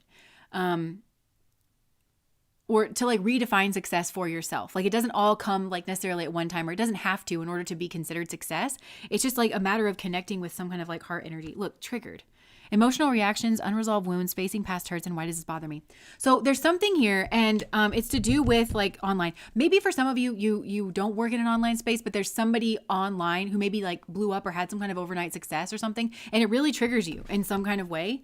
But either way, there's some kind of something to do with an online space, either your own goals or what somebody else is doing, and it really triggers you. It's like you having some kind of emotional reaction. This is leading to some kind of spiritual awakening, and it's connecting you to a heart space to just it's letting you know what level of consciousness you are kind of like creating from. And I also just heard like co-creating from. And I don't know if there is a comparison here, but like maybe if there's I don't know, one way of doing things, I guess, is like connecting with that heart space. And then you're less concerned about the overnight success. You're focused on like your heart and kind of just, you know, getting your heart out there or creating like from a heart space. And that is just a different energy than the like, well, I'm dreaming of having some kind of like overnight success or something. I hope I'm doing a bad job of explaining this. On read, ignored messages, waiting anxiously, no replies. Maybe they're just busy. So maybe for some of you, okay, so it doesn't even have to be that somebody like works online or like has a YouTube channel or anything like that. But so there could be some kind of like, maybe you were like left on read or something here. But for some of you, this is maybe like just somebody that you know in your life, like socially, and you're watching their social media and maybe they're falling in love. Maybe this is a friend who's like in a relationship, or it's maybe their life seems, maybe they're doing something fun and you're kind of thinking, well, maybe they're just too busy or something. And for some reason that's triggering you.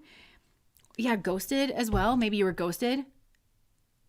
Sudden disappearance without explanation, left hanging, seen but ignored, abrupt silence. But this is like leading to some kind of spiritual awakening, and it has to do with an emotional trigger, because that emotional space I feel like is also like kind of connected to this heart energy and what your heart truly wants. So maybe for some of you, you're seeing what you truly want, like in another person, what your heart actually wants, but you're for some reason denying it for yourself. And that's like, there's some kind of heart, it feels like a heart-centered awakening, like heart chakra awakening here. Yeah, look, glow up. Self-improvement, finding your confidence, personal transformation, better than ever. I feel like, okay, because we live in like a very digital age, right? And like there's a lot of talk about glow ups, and a lot of that is just so performative. And like when you do things online, you can edit the cuts, you can, you can Photoshop your pictures, and we only share like the best parts of our life online, you know? So it's maybe easy. Don't fall into a trap of comparing yourself to like the version of somebody that you see online. Everybody is just a person at the end of the day. They wipe their ass the same as you do. And, but I feel like there's something here that is actually an emotional experience, and it is triggering, and it is leading to some kind of spiritual awakening for you. Yeah, I think there's a comparative energy here of like somebody here, like really glowing up, and then somebody here not feeling like, maybe for some of you, you are a person who's blown up, but maybe you don't see yourself that way. And there is somebody around you that is like wanting to connect with you and they're not like really able to.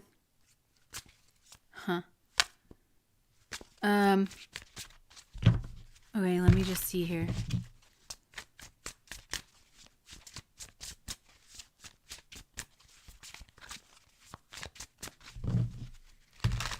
So what okay, it's so funny. I just had this experience and it actually kind of reminds me of like, you know, when you cry really, really hard and your brain is just empty after that. Like you may have been thinking like certain things and like you cry really, really, really hard. And then like your brain is just like empty and you kind of reach this state of like, I don't know if you're like zombified and I don't even know if it's cathartic, but you're just kind of like, you know, like I just kind of felt that energy. Like maybe for some of you, it's like you do need to cry. She is crying like pretty hard here on the phone. Maybe this has to do with a message. Okay. Anything else, Spirit? What is wanting to come out? Yeah, it's about some kind of ascension here. And I feel like you could be triggered by somebody's ascension, but I feel like this is triggering your own ascension. But it's not coming from the outside in. It's coming from like the heart space. Maybe it's like you really love this person, maybe. And like, okay, yeah, I just heard I heard a song. It's like, I think it's an Usher song. It's like, was a photo of you and me. He's in that song, he's singing about like, oh, like inside my heart was a photo of you and me. Girl, you know I tried. I work hard to provide all the material things that I thought would make you happy. So maybe for some of you, that's another thing as well. Like you could have been trying so hard to provide material things that you thought was going to make somebody happy, but then, and always in your heart was a photo of you and them. I don't know. This could be a lot of different things. Look, situationship and ghosted. Unclear boundaries, mixed signals, more than friends, less than lovers. What are we? Yeah, I think that some of you are wondering that. There was like ghosted or like some kind of sudden disappearance. Lessons learned, wisdom gained, completing cycles. I want to get a different deck out here. Definitely there's an emotional trigger here.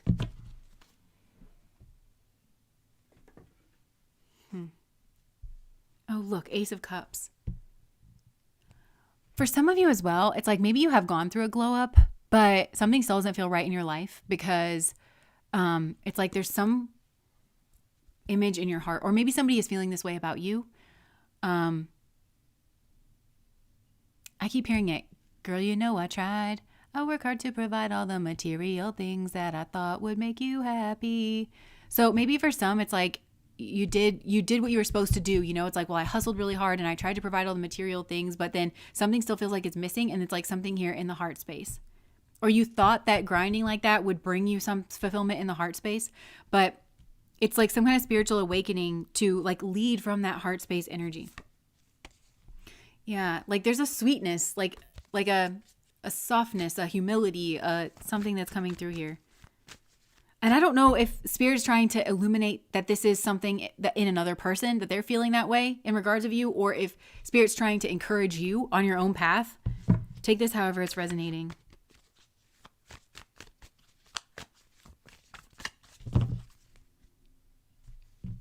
Okay, yeah, there's definitely a new beginning. And then like, look, the Wheel of Fortune, which it is the Hand of God card. So I think maybe some of you are praying for some kind of like new beginning.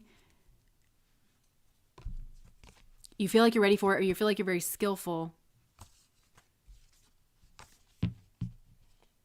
But Spirit is saying, I think there's something here where you're also learning about, look, this is the Page of Pentacles. So learning about that Pentacles energy, that one foot in front of the other. There was a mention of Artha. Artha is very earthy energy, that kind of like career path.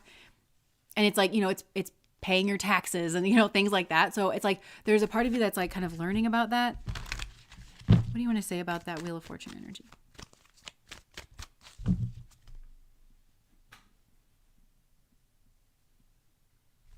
Yeah, I think maybe some of you are wanting to go back to the past, or there's some kind of dreaminess. Like there's some kind of dreamy like fantasy here.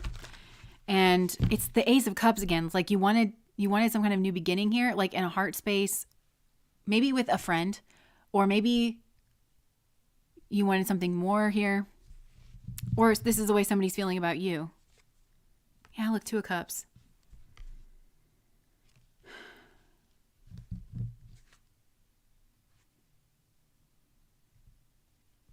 It feels like there's some kind of like argument or maybe something broke on accident. Look, there could have been some kind of like competition here.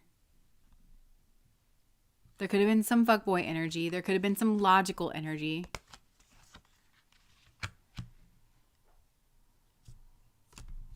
I think some of you are wanting some type of new beginning here.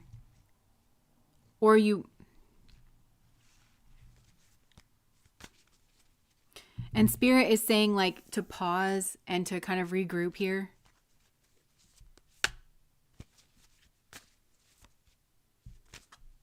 There's a defensiveness around being a fool. So maybe some of you feel like you were a fool in the past, or like there's a defensiveness around taking a leap of faith, either not doing that, kind of like throwing yourself into love with like reckless abandon, or maybe you feel like you did do that and then you're feeling emotionally triggered around that. But there's a higher purpose to this. And it is this spiritual awakening energy, but it's like it's awakening you to like true joy and like what actually makes you happy or what's actually important to you. And this is tough. It's heart stuff. It is the way that I feel like there's a lot of different situations that this is kind of picking up on, but I feel like there's heart stuff. Whatever's gone on here, there's a lot of feelings around it. And I feel like somebody here feels triggered, and it's a spiritual awakening of the heart space. Look, High Priestess.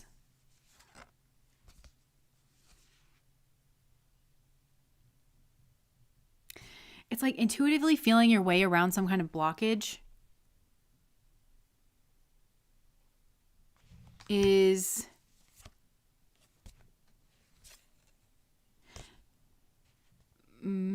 okay, so it could be that keeping something secret here about the fact that you're triggered or emotional or something here that you want, or I don't know, is like maybe leading to some kind of like temptational energy.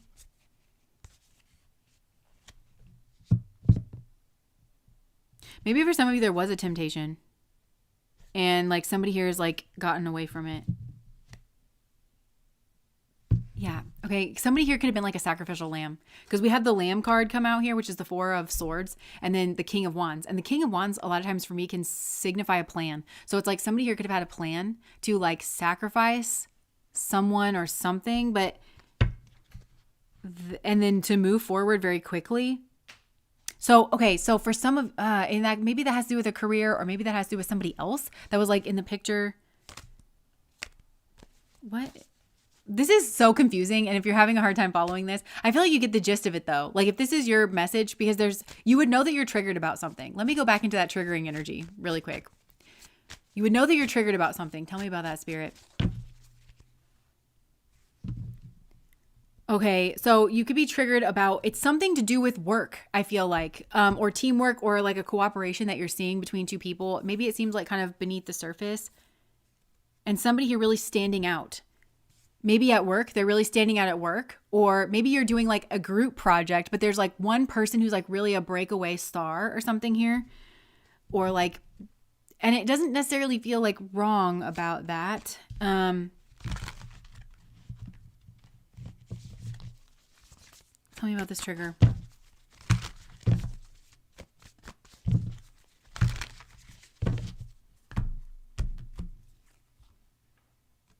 Oh, look. 10 of Wands and the Mother of Cups. Okay, so Spirit's saying like there needs to be some level of responsibility taken about this trigger. Because it's resting inside of you, and it feels like there's a frustration because you can't communicate clearly, or you don't want to, or something, like, because it might even be it could even be that you're triggered by teamwork or somebody that somebody works with, and like their closeness to somebody here, and you're triggered about that. And Spirit is saying there needs to be some responsibility here of like being the fool energy and maybe expressing this. There's like a deep emotional space that somebody here needs to express, or wants to express, or did express. And it's led to a tower, or not expressing it has led to a tower. You get what I'm saying? There's something here around the way that this was communication is a thing here, I think. There's been a tower. Yeah, about the lovers. Maybe you wanted somebody to sacrifice something here. So now you're like really up in your head about it, or you're caught in your own web or something here. It could have been something that appeared like wisdom, because I'm getting like that Arachne energy. And I know there was like a thing about hubris in her story, right?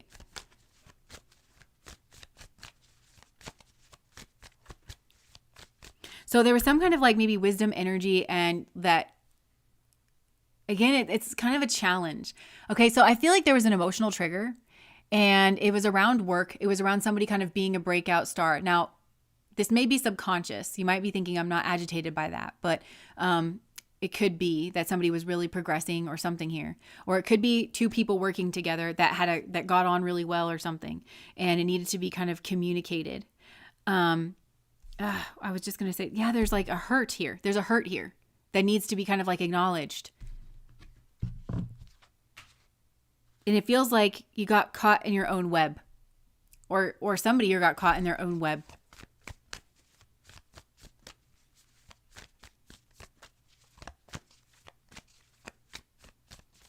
It feels like there's a reluctance to see that that's what happened as well.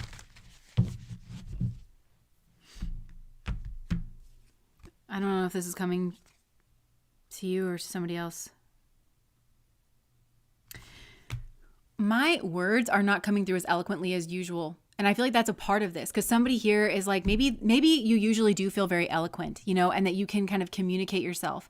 Maybe you feel like you didn't, or you were hesitant to, because you didn't want to seem emotionally charged or emotionally agitated. So ignoring something is different than being unbothered.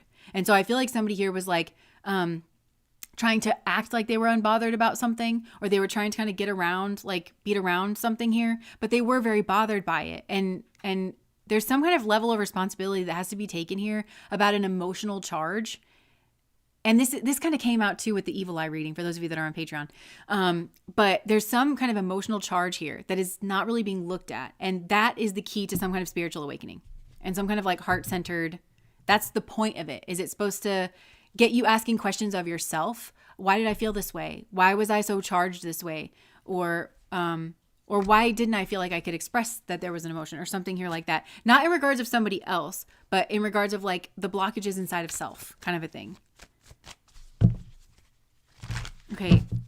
Anything else? I almost feel like it's weird. There's a weird kind of stagnancy within this person, because I almost feel like the heat of embarrassment, but logically, I'm not even feeling it emotionally. It's like logically, and it's causing me to stay silent and maybe like at a periphery.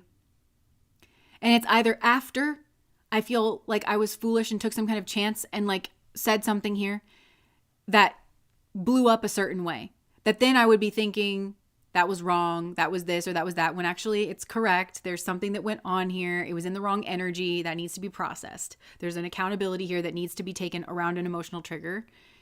And there needs to be an admittance that there is an emotional trigger here. Or I'm bothered at a distance by somebody's teamwork and somebody's closeness, and I want to say something and I haven't said something that's led to some kind of me acting out or like some kind of tower moment, and that needs to be taken responsibility for. There's emotions here that have to be like taken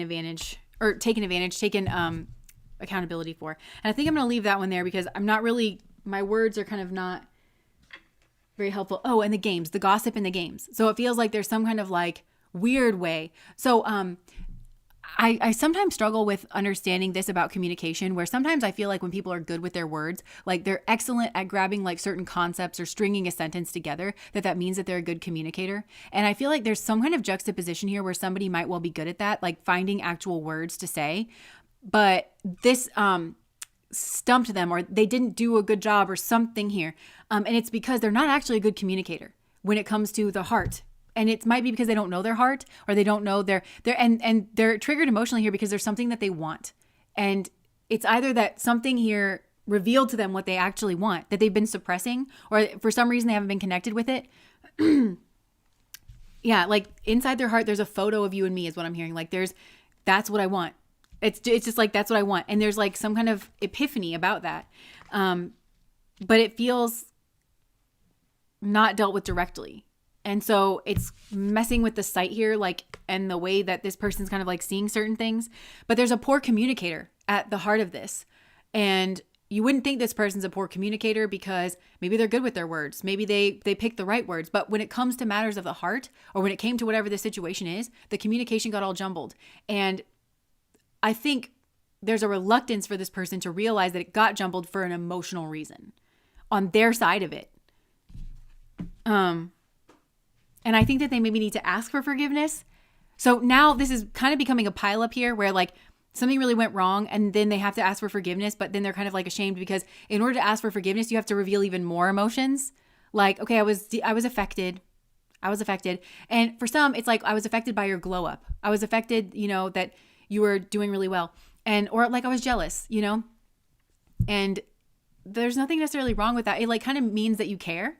And I think somebody here, or it reveals something about yourself. Like, well, I wasn't doing so well, and I don't want you to know that about me. So I don't know. It feels like the tender stuff that like has to kind of be revealed here. And it just feels like it all kind of is building on itself, because essentially I think somebody was triggered here because they saw something that they wanted. Maybe they saw somebody else getting it and seemingly some kind of overnight success, and that brought out feelings, and then they started behaving like a certain way, but it wasn't coming from a heart space. And, or they started dreaming. I don't know. They felt unworthy. I feel like somebody here is like kind of feeling unworthy. So, okay. Oh, thank you, Janae. Okay. So I'm going to leave this here because it definitely has to do with communications and words.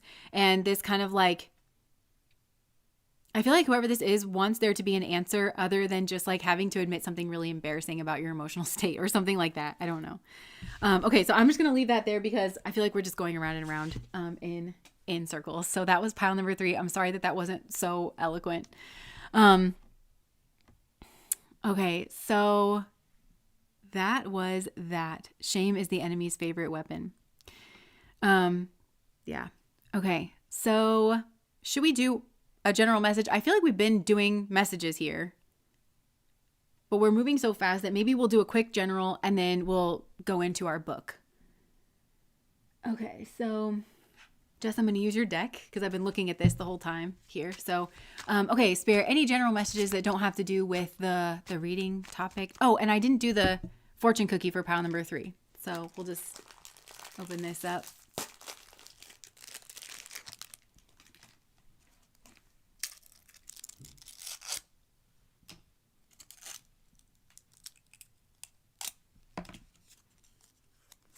Be open to opportunities that come your way, no matter how small they may seem. That kind of fits with the beginning part of pile number 3. That kind of makes sense. Okay, so general messages, Spirit. General messages.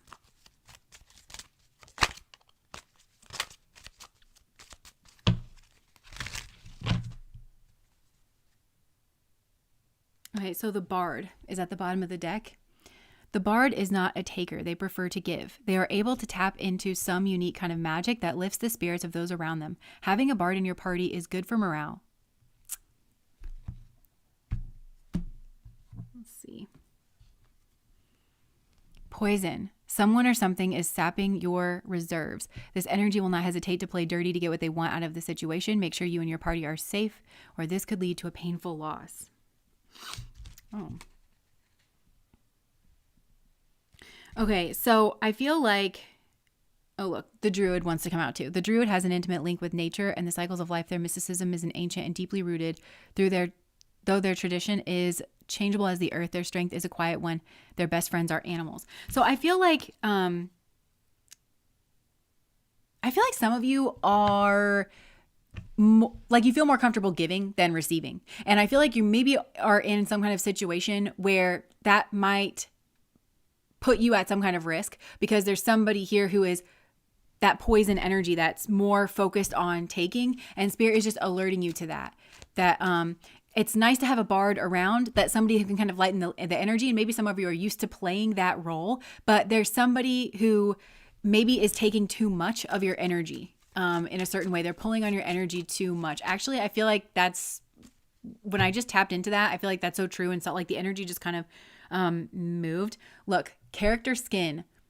A player has lied about who they are or cast a good old-fashioned illusion spell. The situation has given us erroneous details or possibilities, and it's become overwhelming. Take pause and tune into your intuition. Answers should become clear. So if you feel like somebody's pulling on your energy too much, they're asking too much of you, they're not. That was a real theme in pile 1 and 2, is like there's something here about like giving and receiving. That's something worth. Look, the assassin. Yeah, the assassin can have you questioning their morals. Their allegiance, however, is non-negotiable. While the assassin won't hesitate to dip into their shadow in a fight, their sense of integrity makes them a loyal ally. So you might have to tap into some kind of warrior spirit energy. And loyalty is like kind of not an issue for you, but you may have to like kind of stand up for yourself or learn how to do that in order to protect your energy. Some of you are called to the path of the bard, where you are called to be that kind of light energy, but just know that like a lot of people are going to be drawn to you, and you have to be able to protect that energy. And that you've learned a lot, or there's something here, the collectathon keeps coming out. So there's something here that like you've collected a lot of. And,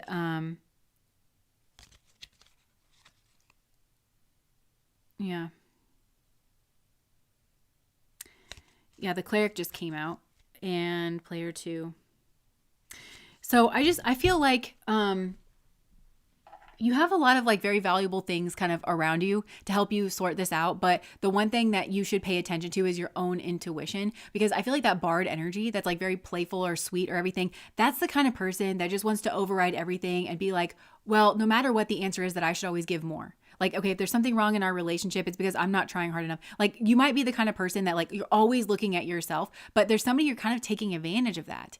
And that's not actually the answer. And that's not actually an intuitive stance, you know, of if it's this one size fits all answer, you have no need for intuition, you know, because it's like, well, I should just be this ever giving, but you're not. You're a finite being. You can only take in so many calories at a time and then convert them into energy that you can then use. So, I feel like there needs to be more use of the intuition here around what feels good, and like interacting with who feels good for you, or like who feels like, again, like you just feel more used than appreciated, you know, around that person. So wait, is that a D&D deck? It's a gamer themed deck, and actually Alchemical Drip sent me that deck. That's her deck. So yeah, givers need boundaries and discernment. So, okay. I feel like that is just a little message. It's okay to be protective of your energy. I feel like whoever's taking your energy probably, I just heard weaponized incompetence, but they probably have a lot of words that they'll use to describe you and your act of setting, the revolutionary act of you setting boundaries around your own time and energy and emotions and mood and everything. But I feel like that's a necessary thing to kind of connect with for the next part of your journey, so that you can kind of reserve your energy and use it be in charge of your own energy. You know, there's nothing bad about that. You're just managing your own boundaries. And so there might be a perspective shift there. Okay. You can definitely tell that I had 3 hours of sleep last night. I'm so sorry if this is a mumbling, jumbling mess. Okay. So let us move on to the book that we have been reading, Codependent No More by Melody Beattie. And as I said in the beginning, we're reading chapter 4.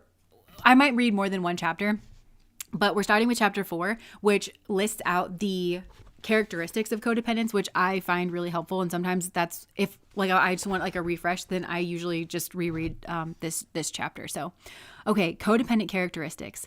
Oh, look, God grant me the serenity to accept the things I cannot change, courage to change the things I can, and the wisdom to know the difference. Reinhold Niebuhr. I didn't know that he was the writer of that. The Serenity Prayer. Okay. Although two codependents might disagree on the definition of codependency, if they discuss the issues with each other, each will probably sense what the other person means. They will share ideas about the things they have in common, things they do, think, feel, and say that are characteristic of codependency. It is on these points, symptoms, problems, coping mechanisms, or reactions, that most definitions and recovery programs overlap and agree.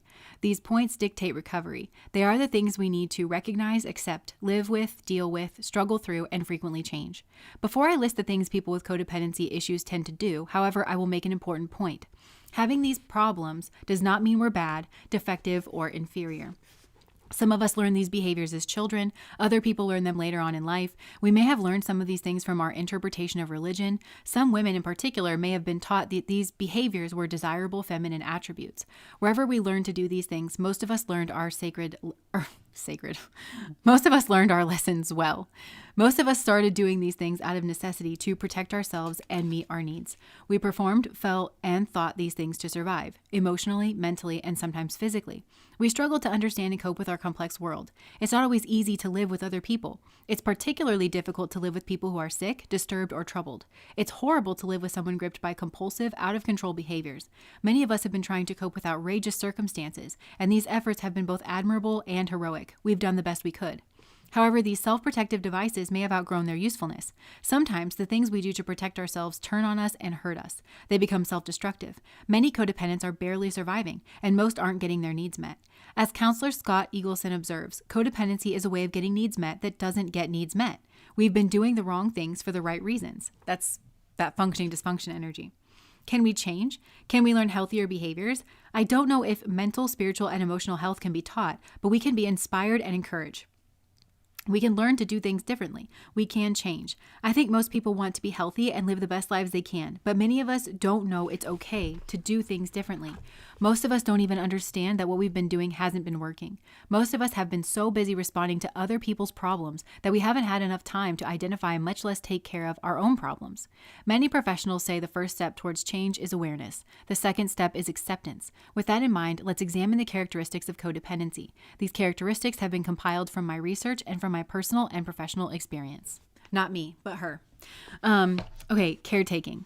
Codependents may think and feel responsible for other people's feelings, thoughts, actions, choices, wants, needs, well-being, lack of well-being, and ultimate destiny. They might feel anxiety, pity, guilt when other people have a problem, feel compelled, almost forced, to help another person solve their problem, such as offering unwanted advice, giving rapid-fire series of suggestions, or fixing feelings. They might feel angry when our help isn't effective. They might anticipate other people's needs. They might wonder why others don't do the same for us. They might find ourselves saying yes when we mean no, doing things we don't really want to do, doing more than our fair share of the work, and doing things other people can and should do for themselves. They might not know what we want and need, or if we do, tell ourselves what we want and need isn't important. Try to please others instead of ourselves. Find it easier to feel and express anger about injustices done to others than injustices done to us. Feel safest when giving. Oh, we just said that, right? Feel insecure and guilty when somebody gives to us. Feel sad because we spent our whole lives giving to other people and nobody gives to us. Find ourselves attracted to needy people. Find needy people attracted to us. Feel bored, empty, and worthless if we don't have a crisis in our lives, a problem to solve, or someone to help. Abandon our routines to respond to or do something for somebody else. Overcommit ourselves. Feel harried and pressured. Believe deep inside that other people are somehow responsible for our unhappiness. Blame others for whatever predicament we are in. Say other people make us feel the way we do. Believe other people are making us crazy. Feel angry, victimized, unappreciated, and used. Find other people become impatient or angry with us for all the preceding characteristics. Low self-worth. I just want to show you the way this is kind of like set up here because it's kind of like awkward to read. So it's like a section and then like all these bullet points. And okay, so low self-worth. Codependents tend to come from troubled, repressed, or dysfunctional families, deny our families were troubled, repressed, or dysfunctional, blame ourselves for everything, pick on ourselves for everything, including the way we think, feel, look, act, and behave, get angry, defensive, self-righteous, and indignant when others blame us and criticize us, something we regularly do to ourselves, reject compliments or praise, get depressed from a lack of compliments and praise, feel different from the rest of the world, think we're not quite good enough, feel guilty about spending money on ourselves or doing unnecessary or fun things, fear rejection, take things personally, have been victims of schmegsual, physical, or emotional abuse, neglect, abandonment, or alcoholism, feel like victims, tell ourselves we can't do anything right, fear making mistakes, wonder why we have a tough time making decisions, expect perfection from ourselves and others, wonder why we can't get anything done to our satisfaction, have a lot of shoulds, feel a lot of guilt, feel ashamed of who we are, think our lives aren't worth living, trying to help other people live their lives instead, get artificial feelings of self-worth from helping others, overly identify with the failures and problems of the people we love, wish good things would happen to us, believe good things will never happen to us, believe we don't deserve good things and happiness, wish other people would like and love us, believe other people wouldn't possibly like and love us, try to prove we're good enough for other people, settle for being needed. Repression is the other heading here. Many codependents push our thoughts and feelings out of our awareness because of fear and guilt, become afraid to let ourselves be who we are, appear rigid and controlled. The next section is obsession. Codependents tend to feel terribly anxious about problems and people, worry about the silliest things, think and talk a lot about other people, lose sleep over problems or other people's behaviors, worry, never find answers, check on people, try to catch people in acts of misbehavior, feel unable to quit talking, thinking, and worrying about other people and their problems, abandon our routines because we're so upset about somebody or something, focus all our energy on other people, wonder why we never have any energy, wonder why we can't get anything done. The next heading is controlling. Many codependents have lived through events with people that were out of control, causing us sorrow and disappointment. Become afraid to let other people be who they are and allow events to happen naturally. Don't see or deal with our fear of loss and control. Think we know best how things should turn out and how people should behave. Try to control events and people through helplessness, guilt, coercion, threats, giving advice, manipulation, or domination. Eventually fail in our efforts to provoke people's anger. Get frustrated and angry. Feel controlled by events and people. The next heading is denial. Codependents tend to ignore problems or pretend they aren't happening, pretend circumstances aren't as bad as they are, tell ourselves things will be better tomorrow, stay busy so we don't have to think about things, get confused, get depressed, get sick, go to doctors and get tranquilizers, become workaholics, spend money compulsively, overeat, pretend those things aren't happening either, watch problems get worse, believe lies, lie to ourselves, wonder why we feel like we're going crazy. The next heading is dependency and attachment. Many codependents don't feel happy, content, or peaceful with ourselves, look for happiness outside ourselves, latch on to whoever or whatever we think we can provide happiness, feel terribly threatened by the loss of anything or person we think provides our happiness, didn't feel love and approval from our parents, don't love ourselves, believe other people can't or don't love us, desperately seek love and approval, often seek love from people incapable of loving, believe other people are never there for us, equate love with pain, believe we want, need, love people more than they want, need, love us, try to prove we're good enough to be loved, don't take time to see if other people are good for us, worry whether other people love or like us, don't take time to figure out if we love or like other people, center our lives around other people, look to relationships to provide all our good feelings, lose interest in our own lives when we love, worry other people will leave us, don't believe we can take care of ourselves, stay in relationships that don't work, tolerate abuse to keep people loving us, feel trapped in relationships, leave bad relationships and form new ones that don't work either, wonder if we'll ever find love. The next heading, poor communication. Codependents frequently blame, threaten, coerce, beg, bribe, advise. Don't say what we mean, don't mean what we say, don't know what we mean, don't take ourselves seriously, think other people don't take us seriously, take ourselves too seriously, ask for what we want and need indirectly by sighing, for example, find it difficult to get to the point, me, aren't sure what the point is, gauge our words carefully to achieve a desired effect, try to say what we think will please people, try to say what we think will provoke people, try to say what we hope will make people do what we want them to do, eliminate the word no from our vocabulary, talk too much, talk about other people, avoid talking about ourselves, our problems, feelings, and thoughts, say everything is our fault, say nothing is our fault, believe our opinions don't matter, wait to express our opinions until we know other people's opinions, lie to protect and cover for people we love, lie to protect ourselves, have a difficult time asserting our rights, have a difficult time expressing our emotions honestly, openly, and appropriately, think most of what we have to say is unimportant, begin to talk in a cynical or self-degrading way, apologize for bothering people. Next heading, weak boundaries. Codependents frequently say we won't tolerate certain behaviors from other people, gradually increase our tolerance until we can tolerate and do things we said we never would, let others hurt us, keep letting people hurt us, wonder why we hurt so badly, complain, blame, and try to control while we continue to stand there hurting. Finally get angry, become totally intolerant. Next heading, lack of trust. Codependents don't trust ourselves, don't trust our feelings, don't trust our decisions, don't trust other people, try to trust untrustworthy people, think our higher power has abandoned us, lose faith and trust in a higher power. Anger is another heading here. Many codependents feel very scared, hurt, and angry, live with people who are very scared, hurt, and angry, are afraid of our own anger, are afraid of other people's anger. Think people will go away if anger enters the picture.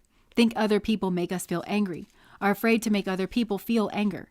Feel controlled by other people's anger. Repress angry feelings. React to our anger by crying, getting depressed, overeating, getting sick, doing mean and nasty things to get even, acting hostile, or having violent outbursts.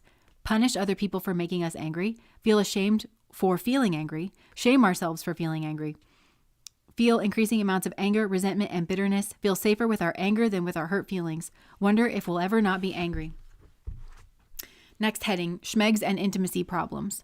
Some codependents are caretakers in the bedroom, have sex when we don't want to, have schmegs when we'd rather be held, nurtured, and loved, try to have schmegs when we're angry or hurt, refuse to enjoy schmegs because we're so angry at our partners, fear losing control, have a difficult time asking for what we need in bed, withdrawing emotionally from our partners, feel schmegsual revulsion towards our partners, don't talk about it, reduce schmegs to a technical act, wonder why we don't enjoy schmegs, lose interest in schmegs, make up reasons to abstain, wish our schmegs partners would die, go away, or sense our feelings, have strong schmegsual fantasies about other people, consider or have an extramarital affair.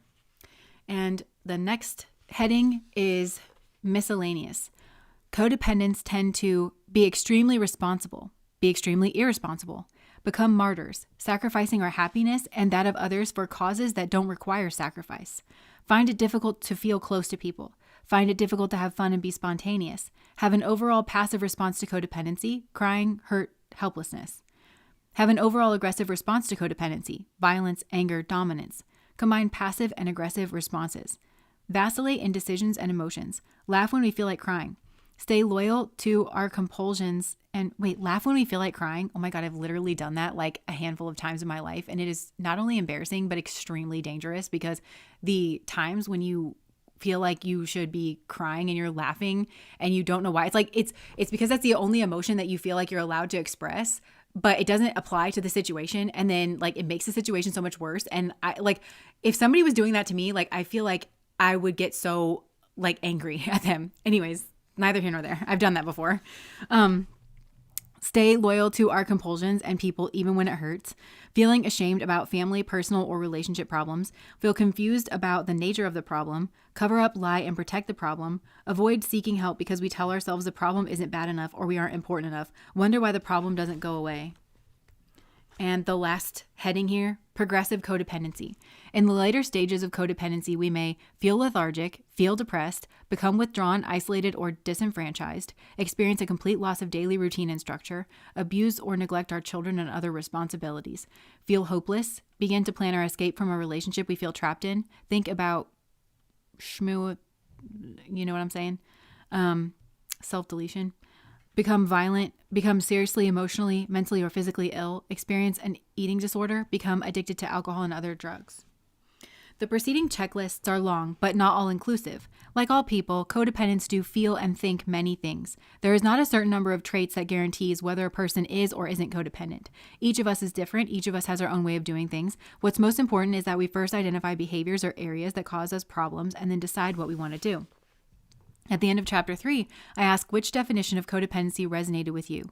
As Ernie Larson says, if you define your problem as, quote, living with an alcoholic, you may think not living with an alcoholic is the solution to your problem.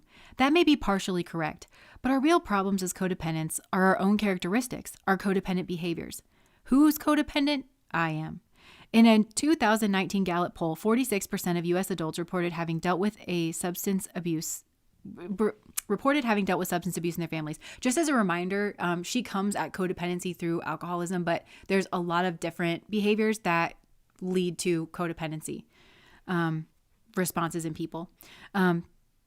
So they are probably codependent. People who love, care about, or work with troubled people may be codependent. People who care about people with eating disorders are probably codependent. In her book, Fat is a Family Affair, Judy Hollis writes that one person suffering from an eating disorder can keep 15 to 20 codependents busy. Many people with eating disorders are codependents too. In an informal survey, I discovered at least 40% of the wives of alcoholics were obese, Hollis says. People who care about people with any kind of mental illness or compulsive disorder, from agoraphobia and depression to hoarding and obsessive compulsive disorder, may be codependent. You may be reading this book for yourself. You may be codependent. Or you may be reading this book to help someone else. If so, you are probably codependent. If concern has turned into obsession, if compassion has turned into caretaking, if you are taking care of other people and not taking care of yourself, you may be in trouble with codependency. Each of us must decide for ourselves if codependency is a problem. Each of us must decide for ourselves what needs to be changed and what should happen. Codependency is many things. It's a dependency on people, on their moods, behaviors, sickness, or well-being, and their love. It's a paradoxical dependency. Codependents appear to be dependent on, but they are dependent on. We look strong but feel helpless. We appear controlling, but in reality we are controlled ourselves, sometimes by an illness such as alcoholism. These are the issues that dictate recovery. Solving these problems makes recovery fun. Many recoveries from problems that involve a person's mind, emotions, and spirit are long and grueling. Not so here. Except for healthy human emotions, we would be feeling anyway, and twinges of discomfort as we begin to behave differently. Recovery from codependency is exciting. It's liberating. It lets us be who we are. It lets other people think and be who they are. It helps us with our own innate power to think, feel, and act. It feels good. It brings peace. It enables us to love ourselves and others. It allows us to receive love. Some of the good stuff we've all been looking for. It provides an optimum environment for the people around us to get and stay healthy, and recovery helps to stop unbearable pain many of us have been living with. Recovery is not only fun, it's simple. It's not always easy, but it is simple. It's based on a premise many of us have forgotten or never learned. We are all responsible for ourselves. It involves learning one new behavior that we will devote ourselves to, taking care of ourselves. In the second part of this book, we will discuss specific ideas of doing that.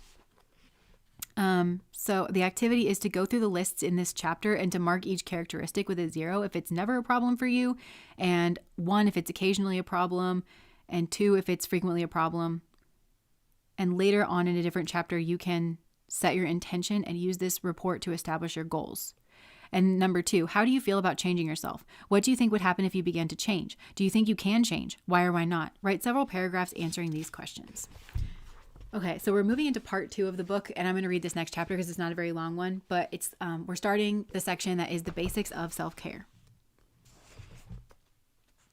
Okay, 5, detachment.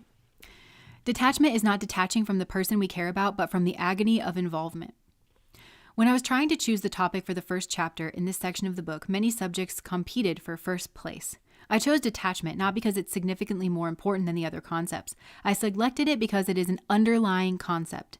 It is something we need to do frequently as we strive to live happy lives. It is the goal of most recovery programs for codependents, and it is also something we must do first, before we can do the other things that we need to do.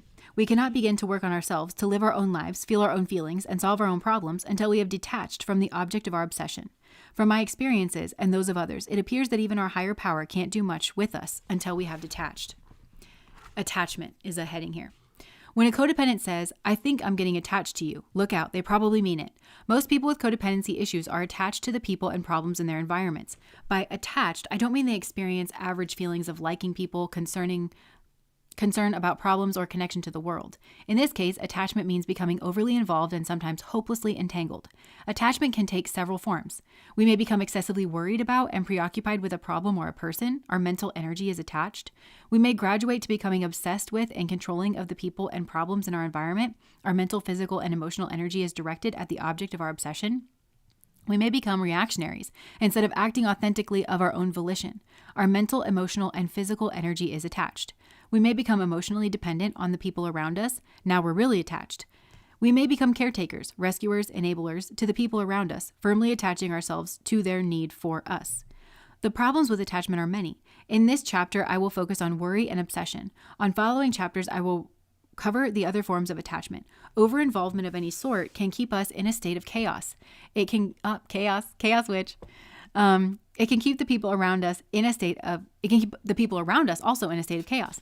If we're focusing on our energies and on other, If we are focusing all our energies on other people's problems, we have little left for the business of living our own lives. And there is just so much to worry about and so much responsibility in the air.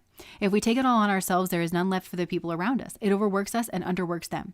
Furthermore, worrying about people and problems doesn't help. It doesn't solve problems. It doesn't help other people, and it doesn't help us. It's wasted energy.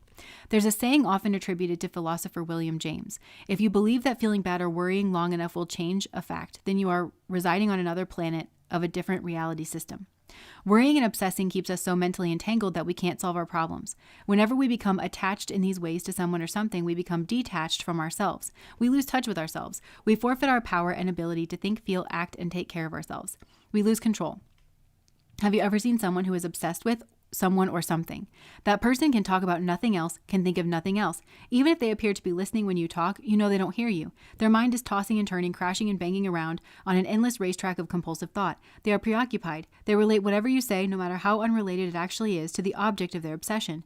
They say the same thing, and sometimes they change their wording slightly.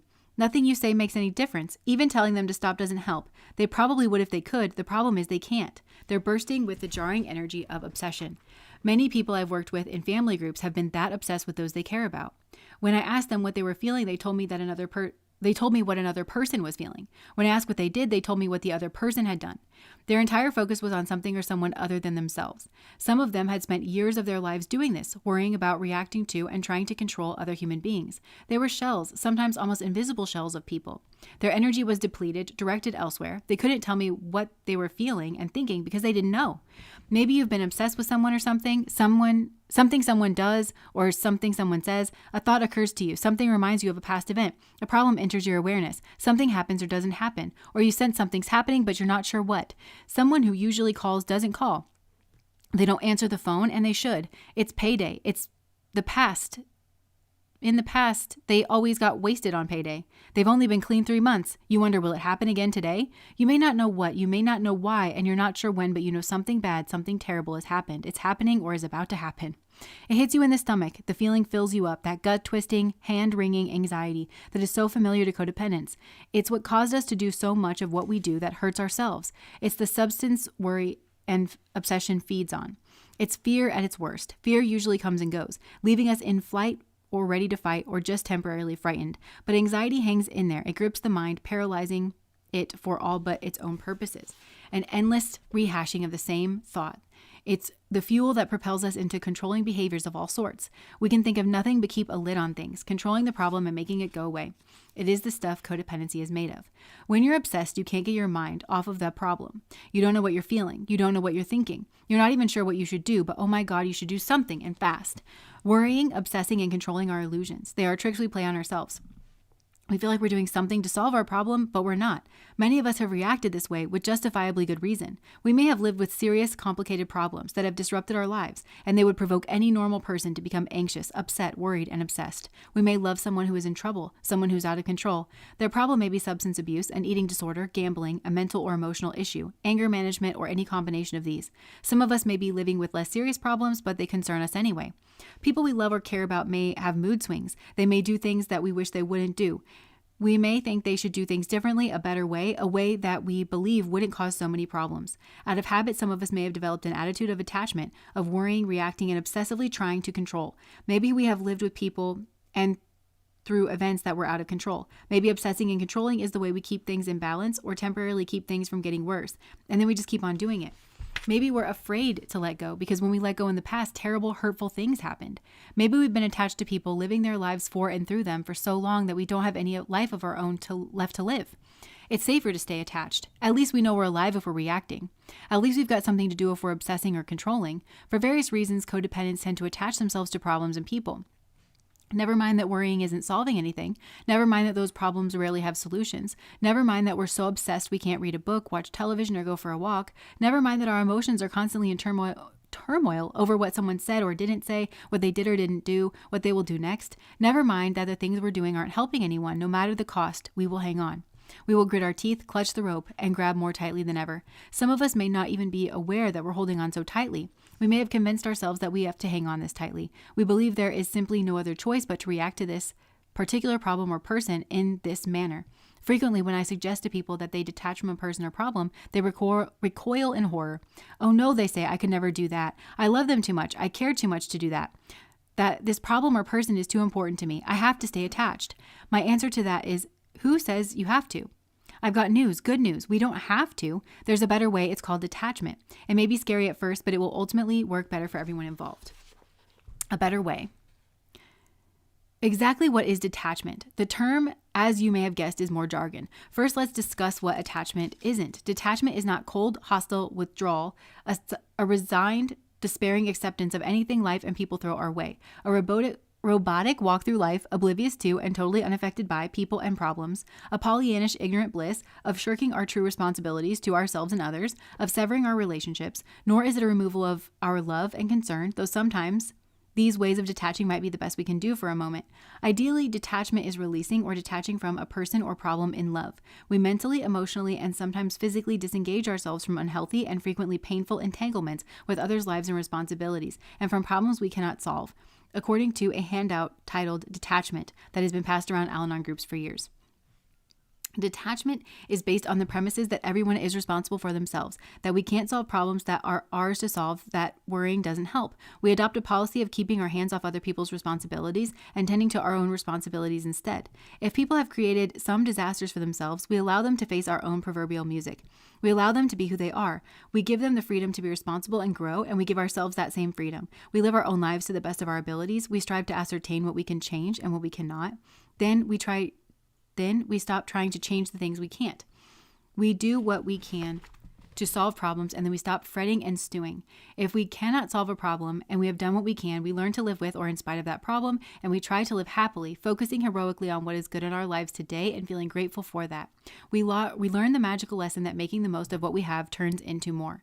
Detachment involves living in the here and now. We allow life to happen instead of forcing and trying to control it. We relinquish regrets over the past and fears about the future. We make the most of each day. We live freely. Detachment also involves accepting reality, the facts. It requires faith in ourselves, in a higher power, in other people, and in the natural order and destiny of things in this world.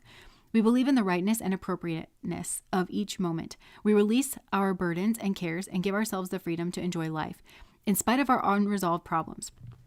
We trust that all is well despite the conflicts. We trust that someone or something greater than ourselves knows, has ordained, and cares about what is happening.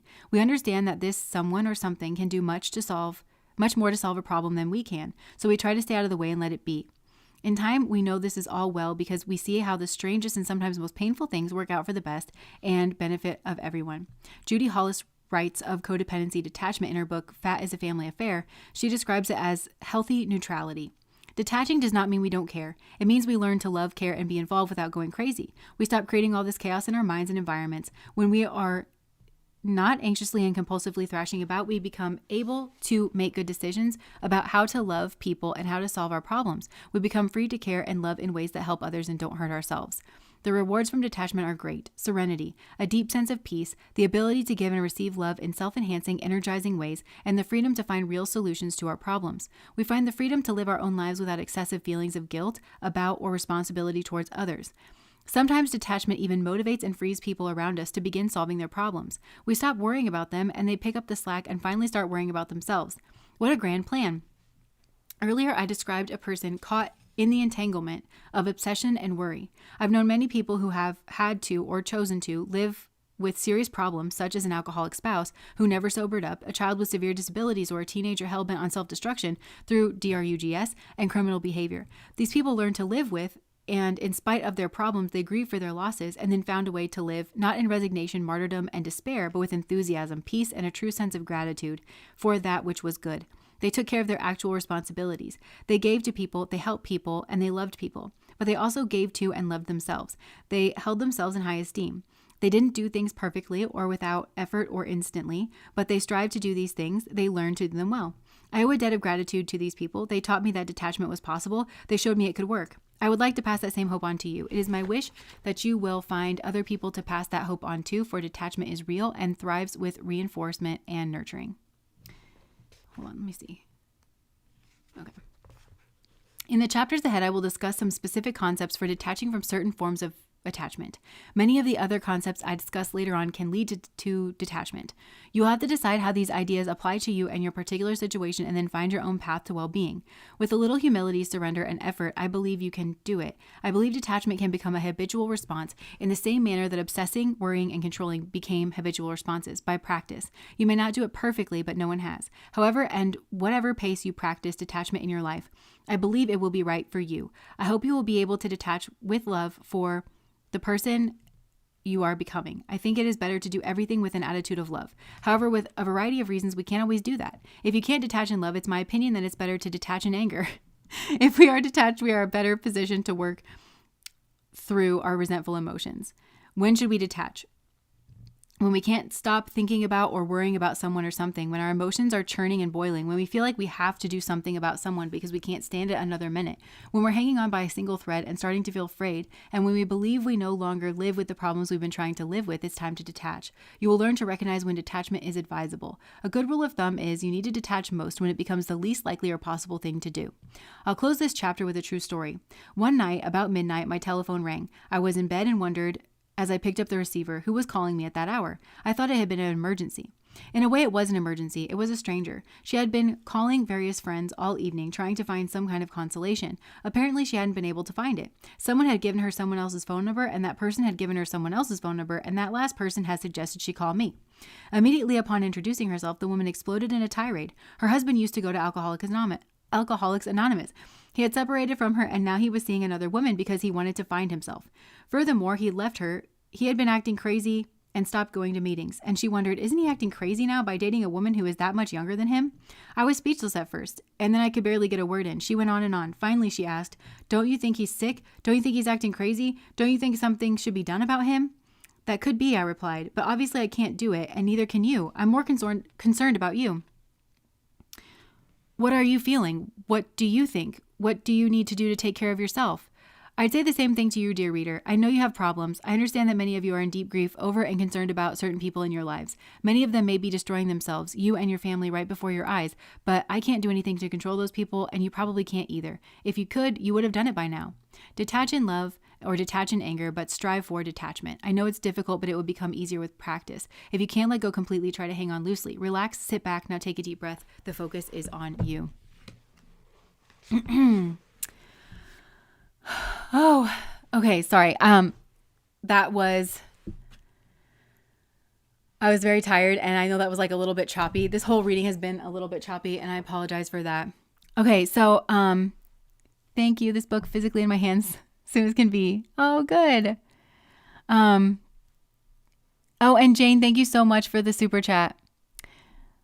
Okay. I just want to see, because the whole time I'm thinking about like the tarot, and like how we use tarot. And I know that like tarot is a tool, and I feel like I just allow whatever comes through for spirit. But I never want to be like churning up people's problems. But to me, that's not necessarily my part of it. But I want to pull some cards here and just like ask about the tarot.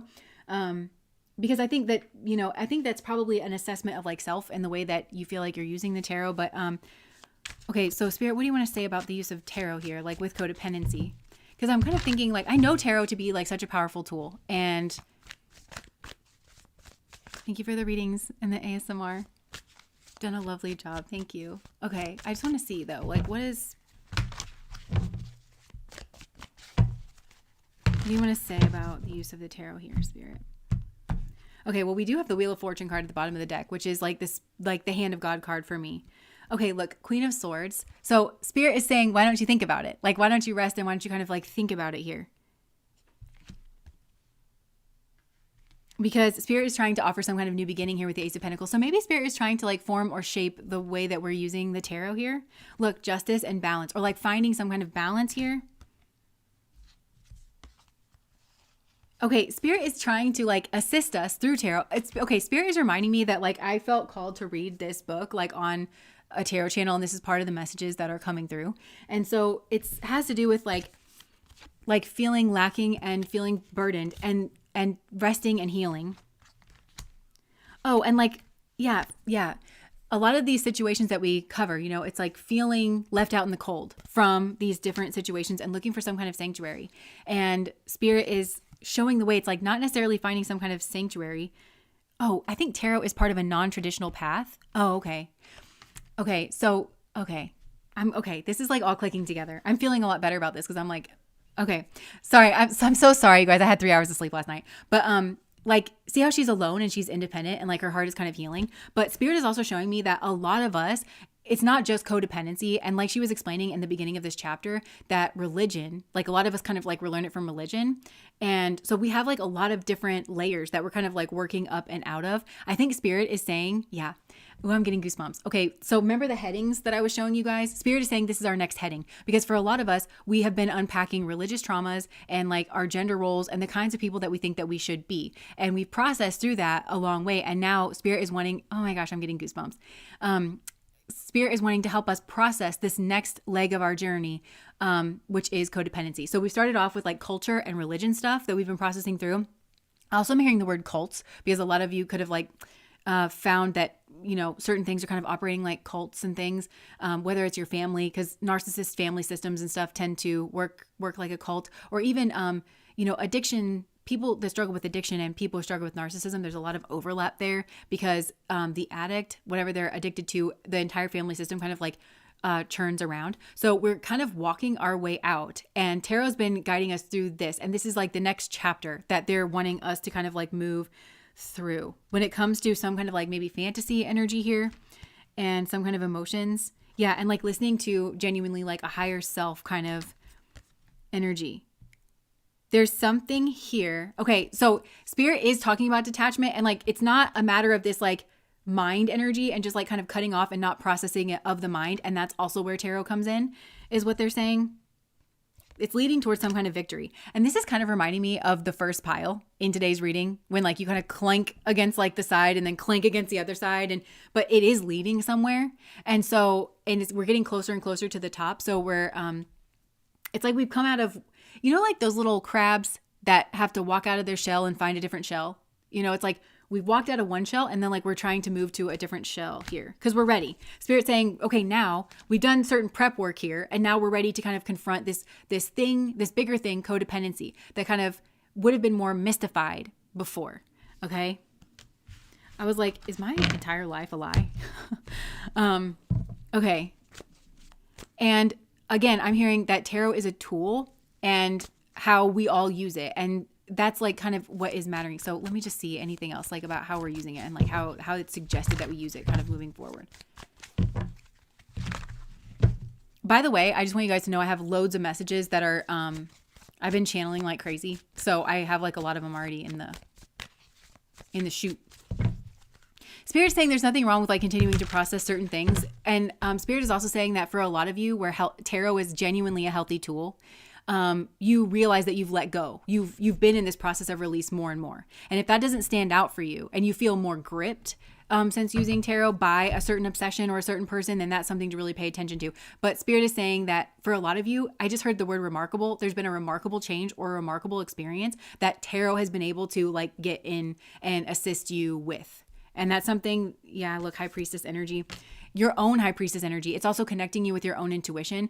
Oh, this is also like the next chapter of what is intuition. And because codependency is not intuition. Codependency is not femininity. Codependency is not empathy, right? So it's like pulling apart like what is intuition. And because I'm hearing for a lot of you, there's like this question of like, well, I thought my intuition was leading me this way or that way. But there's training and programming that is so subtle that we mistake it for femininity. Oh, they're saying divine feminine is a thing that we use a lot, like a term that we use a lot. But for a lot of people who aren't like, who haven't gone through these kind of healing processes, they think codependency is a divine feminine energy, which is just making them sicker and sicker. And so like they're trying to kind of like pull this apart. Okay. Yeah. And so like looking at something here different, and they don't want things to be like so kind of black and white and like shoving things into like these categories. There's a nuance here to all of this. Okay. Anything else? Okay.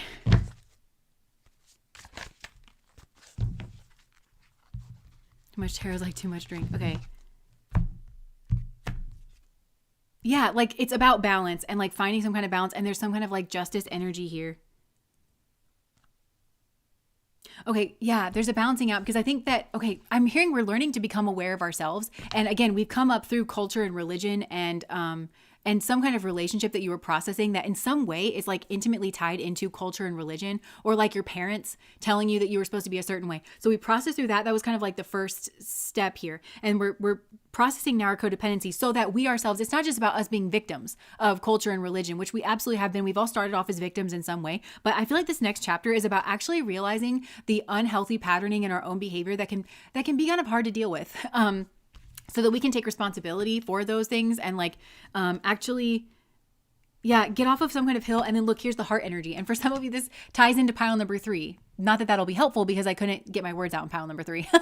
But it's like connecting to this kind of heart energy. So if you're triggered over the next several months or something, just know that that is like kind of triggering you to like your heart space. And there's like a death and a transformation. And with this death card, I always get that there's like some kind of cling to an abusive pattern or an abusive dynamic. And they're really trying to uproot this. And yeah, I'm hearing like we're looking for love, right? Real love. And codependence, that's different than like trying to find your worth in relationships. And that, our codependent habits can have us even attracted to people who are needy, or people who like then reinforce this kind of, oh my gosh, I feel like even on a friend level, for those of you that have been looking for like friends and stuff. So we have to kind of break these patterns of like defining ourselves by these kind of codependent patterns that get us in these kind of like abusive relationship dynamics. We're just like kind of going one step further. And we have to confront the places where we're at odds with ourselves, or, and blockages that we don't see. Okay. So I was like, so what are you saying? Like, should we stop doing this? No, I'm getting no. And this is going to start like changing and shifting. So, okay. Thank you guys so much for being here and for this truly wonderful experience. And I really mean it when I say that we're all working through this together, because I myself am a codependent, and it's probably going to take a while for me to like unpack my codependency as well. But I feel like we genuinely are like a Sangha. We're a spiritual community. I truly feel that, but I feel like I hope that we are trying to take accountability for things and really get to the root of these